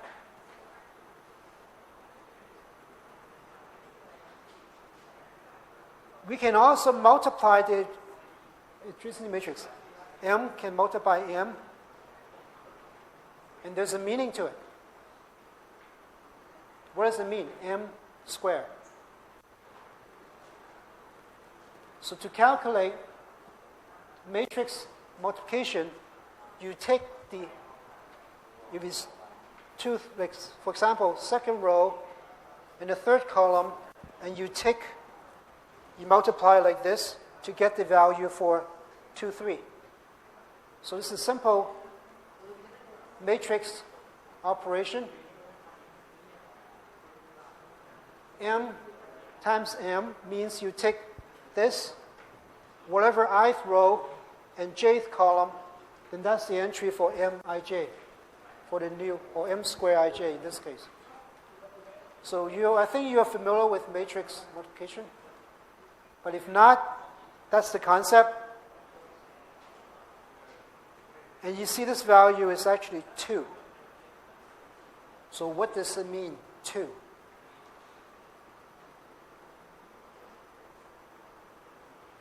Well, when you complete it, you'll get this. M squared is this matrix. We have CSC maximum is actually 3. So let's look at one value. Look at 1, 2. This value 2 here. Row 1, column 2. So 1, 2. Here, 1, 2. It has a value of 2.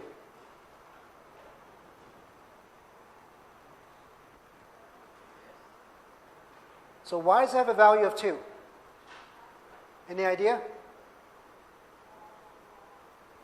1, 2 means going from 1, end up in node 2, right?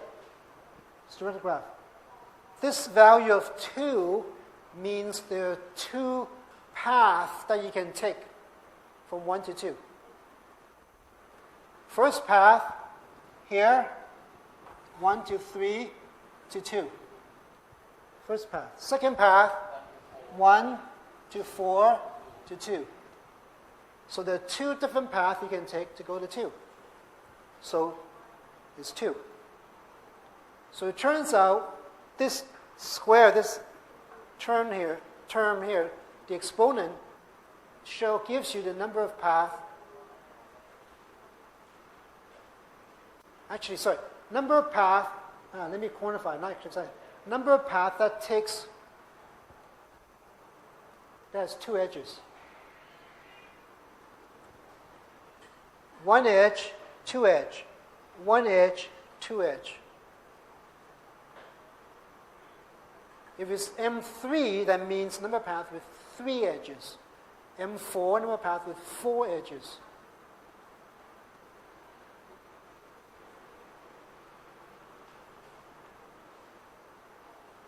So this is a theorem, interpretation of m to the power k, the exponent.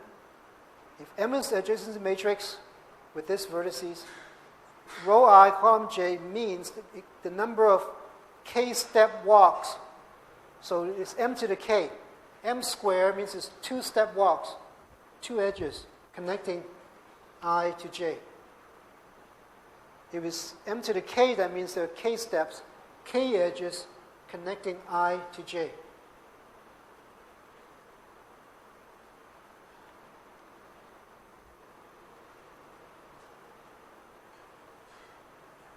As a result of that, you can also interpret what it means when you add up m squared, and so on to m to the k. So that would tell you the total number of paths possible from 1 to 2. Because you can take direct edge, you can take 2 steps, 3 steps, so you add them all up, that means all the possible ways you can go from 1 to 2.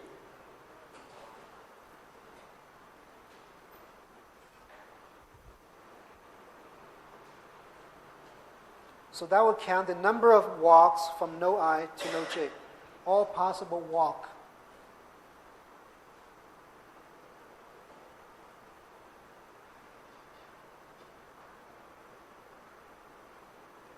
Okay, here's an example. Same graph. That was m squared, m cubed, And then, in this case, if you do, so what, let me just ask you this then. M1, 2, 3 says total number of path. What is the matrix for M4?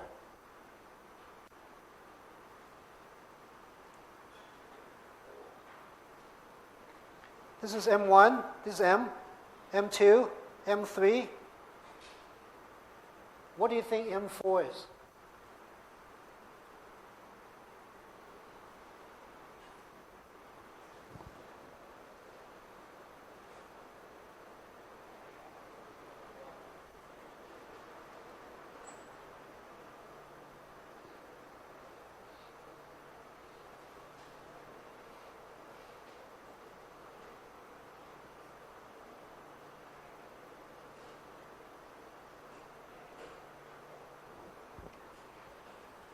So this shows you one edge between nodes 2,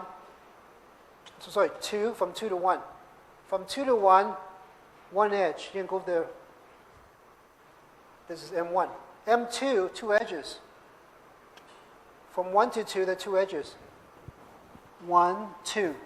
1, 2. Two edges, a walk of 2 steps.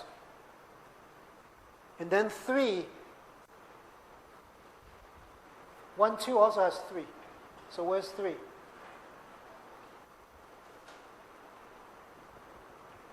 One, 2, 3, right? Or 1, 2, 3. What's M4?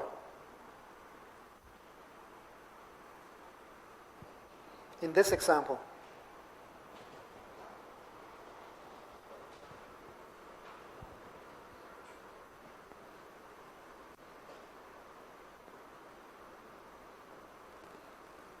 Well, since I show you that M plus M2 plus M3 gives you a total number of paths possible, that means obviously in this case, M4 is 0.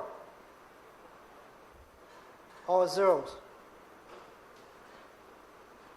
There are no walks with 4 steps. In this example, you can check and verify there will be no walk that takes 4 steps from one node to another node.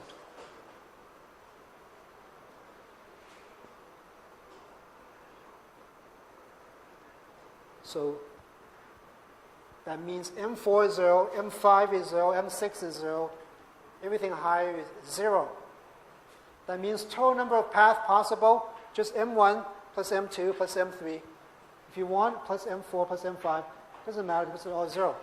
And this will give you total number of paths from any node to another node.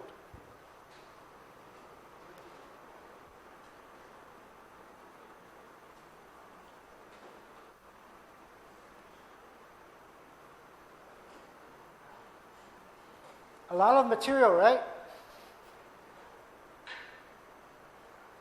For the last class.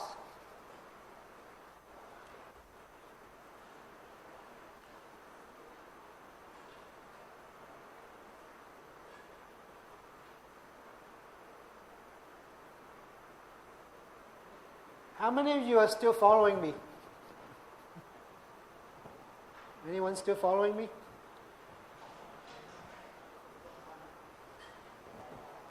Very few people. Any questions?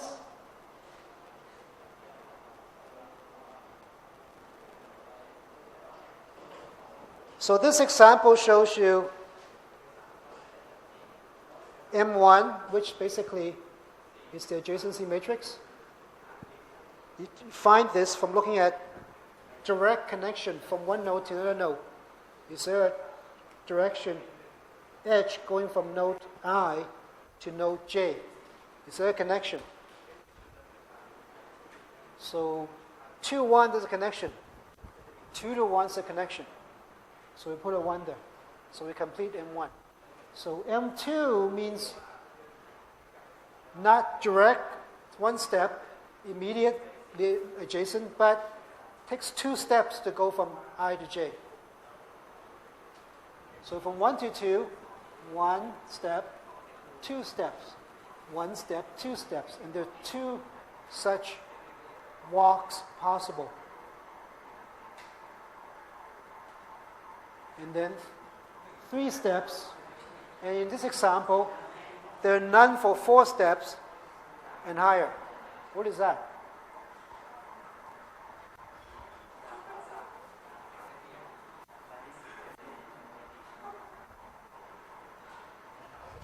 Alarm, but not in this building, right?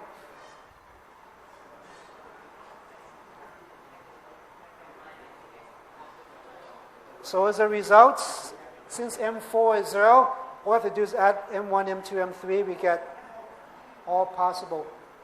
Total number of walks possible from any node to another node.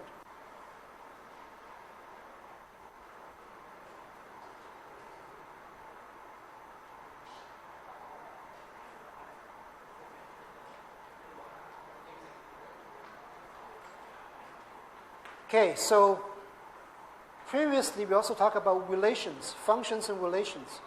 We can actually, that is actually a graph representation.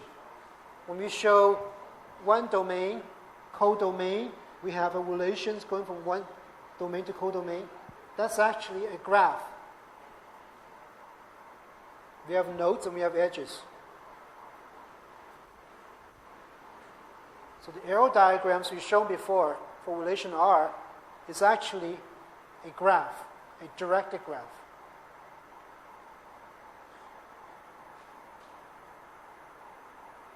So it's a directed graph because we have ordered pairs. You can also, instead of writing this relationship we have done for relations, we can write something like this, doesn't matter, just notations.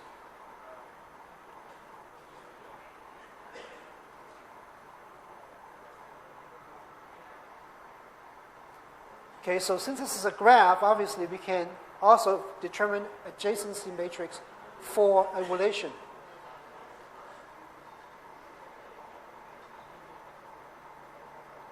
So as an example,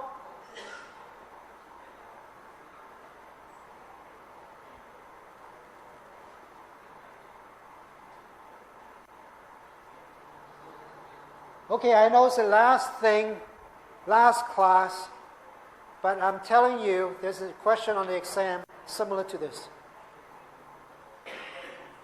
So see if you can wake up and pay attention.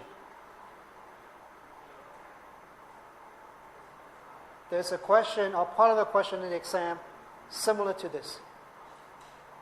Not difficult, just have to understand it. So here we have a set A. 1, 2, 3, 4. And the relation R is defined by this. 1 to 2, 1 to 4, 3 to 3, 2 to 1, 4 to 2. That defines the relation.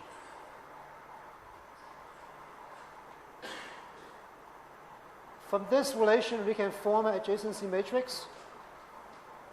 So basically, it's just 1, 2, 1, 2, 1, 4, 1, 4, 3, 3, 3, 1, 2, 3. Where's 3, 3?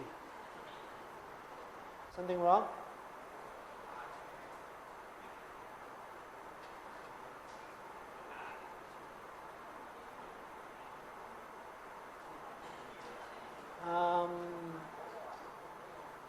Oh, sorry.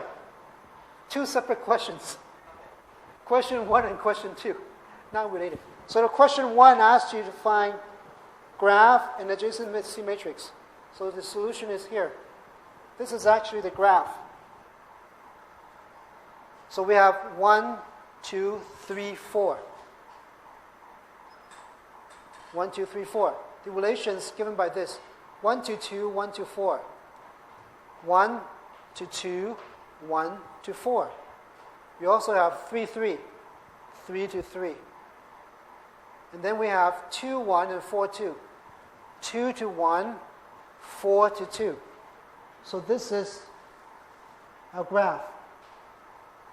And you can write the adjacency matrix for this graph. Simple, right? Second question, this is a separate question. Question 2, example 2. For the adjacency matrix, so we give you an adjacency matrix. Start with this. Write the corresponding relation S on this set 1, 2, 3, 4, 5.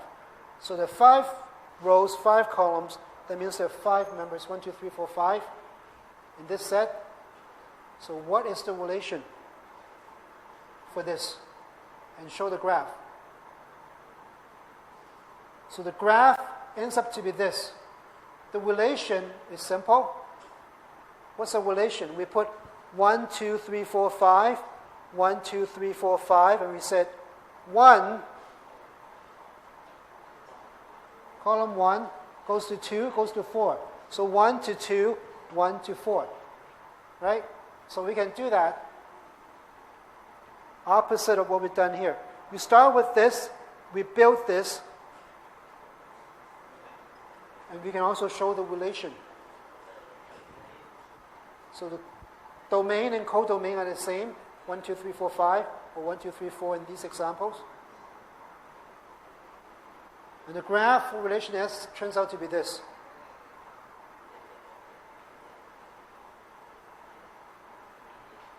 Okay, so we have studied functions and relations before. It turns out to be actually just a graph. We can treat it as a graph.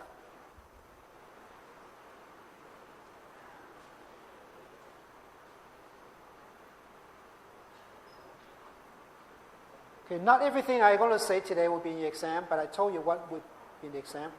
So you can take it easy on some parts if you like, but I'll complete this for those who might be interested.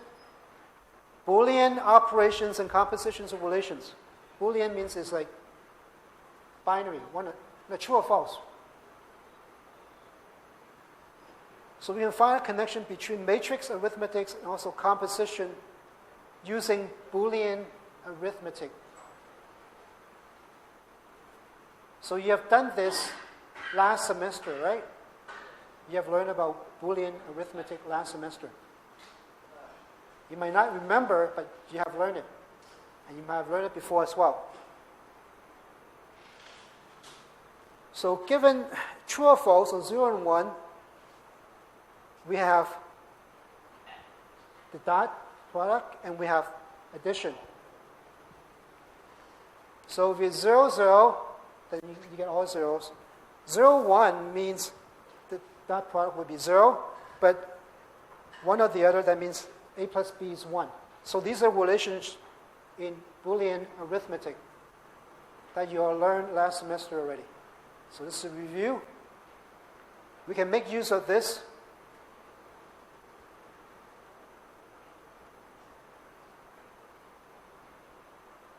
So we can multiply two matrices together, same way, but we use Boolean addition and multiplication instead. So before we said A squared, we use matrix multiplication. If you're going to do Boolean matrix multiplication, we're going to use A in parentheses 2. So it's different between this, multiply A by A, or multiply using Boolean operation, arithmetic. So if we start up, with a graph like this, then we have an adjacency matrix like this. Then the Boolean matrix multiplication results will give you this. And this would be different from the matrix multiplication. Right? The rules are given by this instead. Multiplication, addition.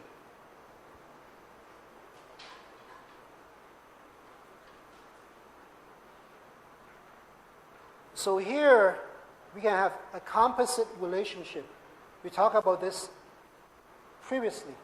So actually you're responsible for it because we covered this before. We have relations, we have composite relations. So this is a composite relation notation. We can also do a adjacency matrix for the new relation, and that turns out to be this. So we take a relation, we do a composite relation with the same thing, repeat the operation twice, then we end up with actually a Boolean matrix multiplication. So you'll see that this and this are actually the same.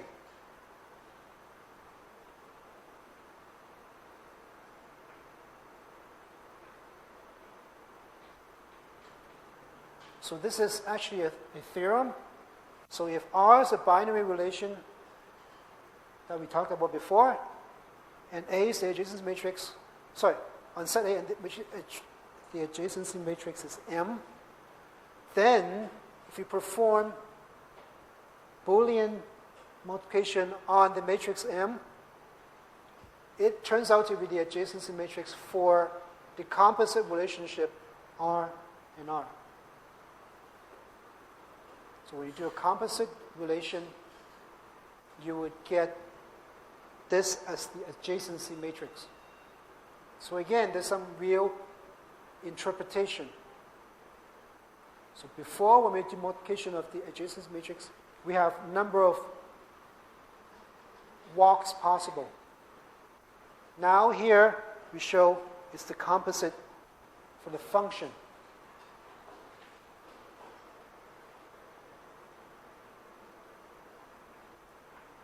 And then there are some exercise you can do.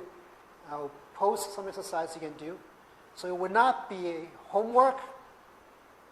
That means you don't have to submit it, but I will post some questions that you can practice on.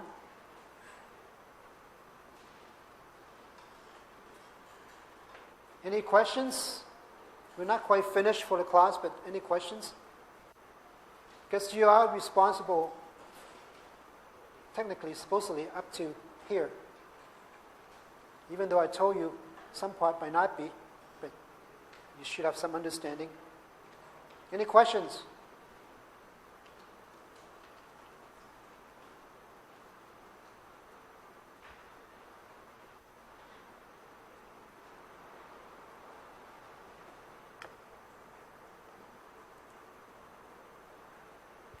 So the last part is the fun and games. Start out with what I mentioned earlier about the stones.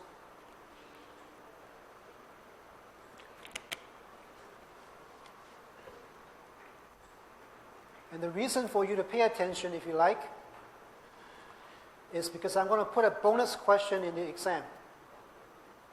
And the bonus question would be on games. That means you can ignore it. Doesn't matter because it's a bonus question. But if you want to get additional marks or bonus marks, then you can try to pay attention or study this. It's up to you. For the final exam, it's basically the same condition as your midterm. The only difference is, for the final exam, you bring a calculator. You have to calculate factorials, remember? So bring a calculator for the final exam. Always paper dictionary, closed book, closed notes, but you bring a calculator. If you need paper dictionary, you can bring a paper dictionary.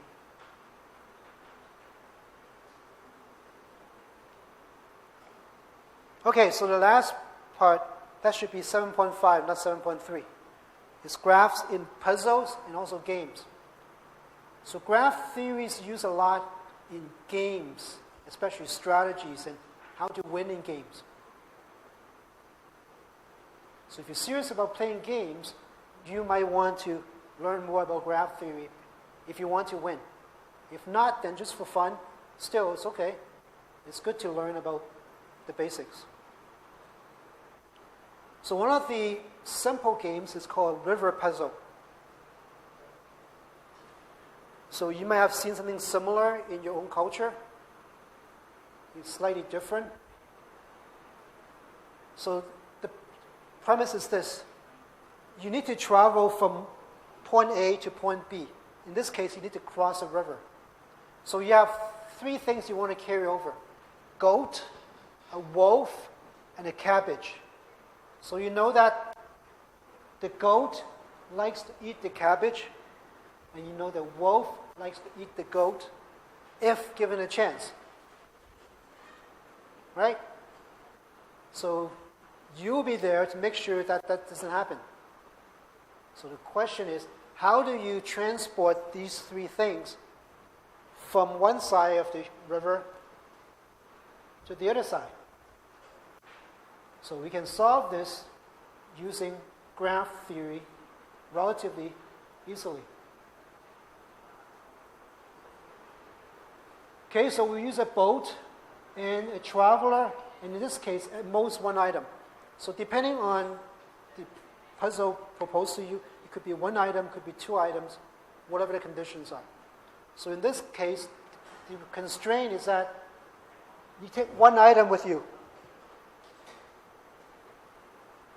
So obviously, if you take the item that is safe to start out with, is you take the goat. Because the wolf's not going to eat the cabbage. Cabbage is not going to eat the wolf for sure. So you start out by taking the goat. And then what's next? So what is the path? What is the walk you need to do to solve this puzzle? So it's very simple. All you have to do is do, in this case, a directed graph. Actually, not directed because you can go both ways. You can go in reverse. It still works. A graph to represent a solution. So we have to note as a state. So we have two shores, right? On this side, there's a river in between, and on the other side. So we have two sides. Initially, they're all on one side. Traveler, wolf, cabbage, goat on one side of the shore. On the other side, nothing, nobody. That's the initial state. So we know the solution have to take the goat across first. So that means wolf and cabbage on this side, traveler and goat on the other side. So what's next? From there, well, the traveler has to go back. You're not going to take the goat back because you just repeat back. If you want, you just go back and forth. Doesn't make sense. So you leave the goat there, and the traveler comes back. So this is the edge. You have, when it goes back, the goat stays on the other side, and then you have wolf, cabbage, and traveler on this side. So what's next? Two paths possible. You can take the goat, or you can take the wolf, or you can take the cabbage. So two possible ways. And then depends on which way you take, the solution is different. One of them involves you have to bring the goat back. So in this case, if you bring cabbage, you cannot leave cabbage with the goat because the goat will eat the cabbage. So in that case, you have to bring the goat back to the other side. So this is basically, you have walks in this node, which is the states, and the edges.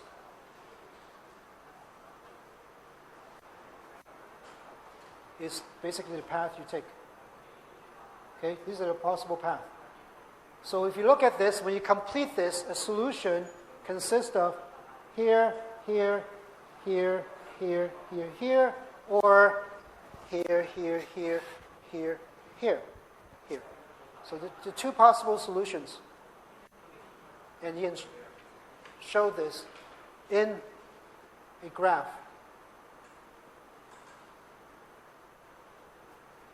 Okay, at the end state is that everyone's on the other side. No one's on this side anymore. The wolf, the goat, the traveler, and the cabbage all on the other side of the shore. So that's the objective. So first you define all the possible states. and you find out if there's an edge or not. You're going from this node, eventually you want to go to here.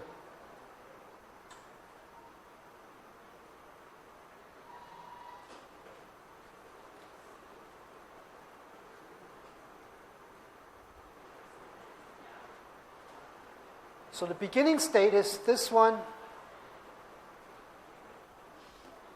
beginning state, and the ending state is this one. And then you can show, like I said, there are two possible paths you can take, or two walks. This or the upper one.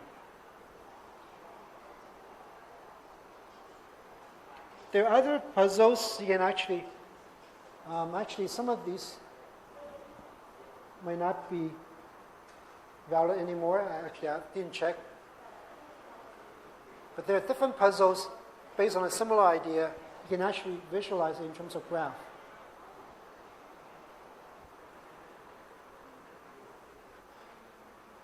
So let's look at a game that you actually play. Not a puzzle, but a game now. Again, a two-player game. So we have a graph like this. So that means someone provides a graph. That's basically, you set the rules. In other words, you can generate a graph from a set of rules. Or you can say, this is my graph, but basically those are the rules of the game. So you start at a certain node, you pick a node where you want to start, because again, it depends on the rule. And you move along one directed edge. So let's say you started with A. You can go this way, or this way. 3 possible paths you can take. So the winner is the last person who can move. That means once you go to D,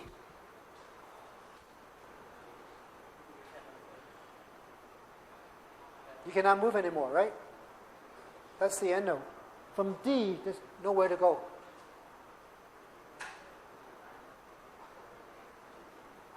So you might think it's a good place to start at A, but you can start anywhere else if you want. But usually you start at A, end up with D. Because at D, that's the end game.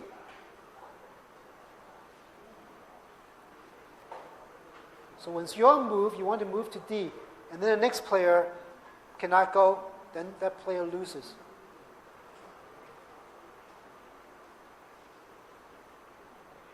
But the question is, given a graph like this, do you want to start at A or do you want to start something else if you're the first player?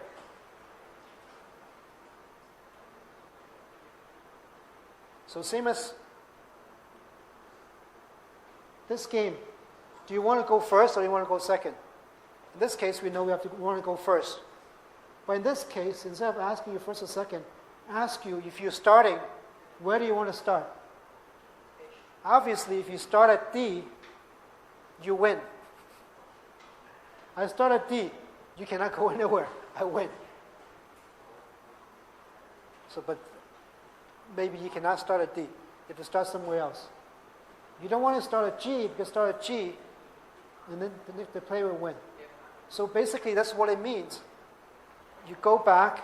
It's the same solution, right? You start off from here. You want to be here. So that means you don't want to be here, you don't want to be here, you don't want to be here. That means you want to be here, you want to be here, you want to be here. That means you don't want to be here, you don't want to be here, you don't want to be here. That means you don't want to start with A. And you don't want to be here, and you don't want to be here. So if the starting node is A, you don't want to start. Starting node is E, you don't want to start. Starting node is H, you don't want to start. Okay, so the idea is, again, you look at the end game. You want to be here. So that means you don't want to be here, you don't want to be here, you don't want to be here. And you can work backwards to find out, if you're moving first, where do you want to start the game?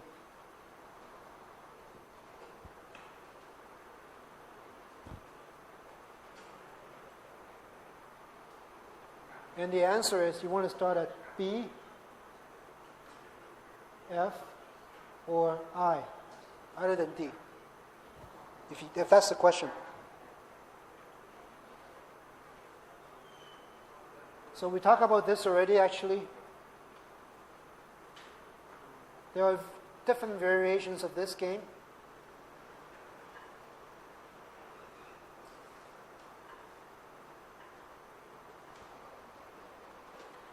Okay.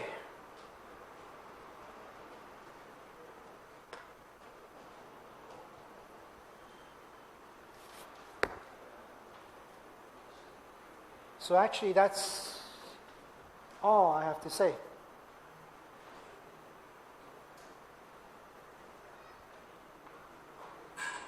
Any questions? So for those who are not here, you might want to tell your friends about the final exam, about that there is a bonus question based on games that you don't have to do, but it might help you if you have time, or if you cannot do anything else, or just help you get more marks. Yes? The exam, you'll be chapter, basically all of ones I cover. So it would be chapter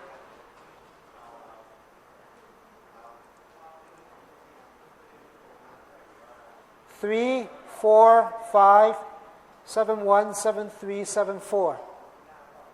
And bonus question 7, 5.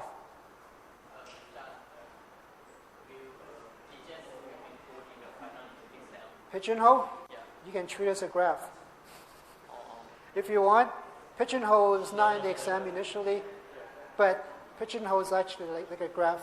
You can solve it with graph.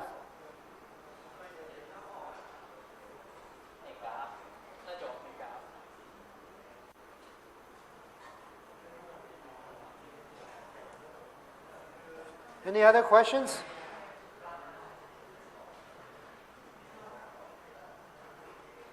Oh, you know that your exam's been changed, right? It's on the 16th now. Not the last day, last exam. Not the Friday 19th.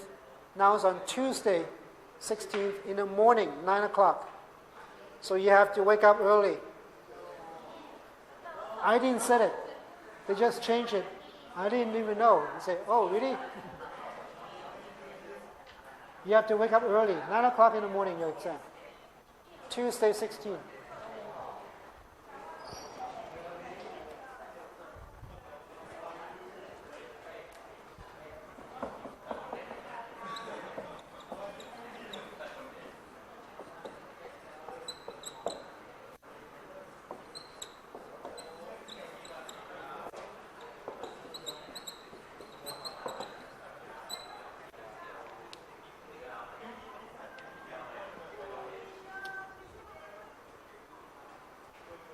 Is that right?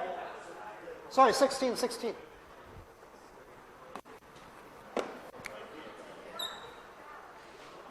Tuesday 16, not Tuesday 19.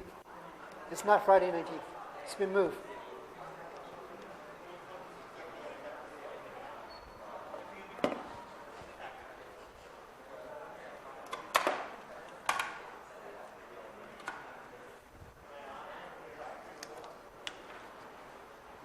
So I'm giving you all the chances to get extra bonus marks to get a chance to boost your marks.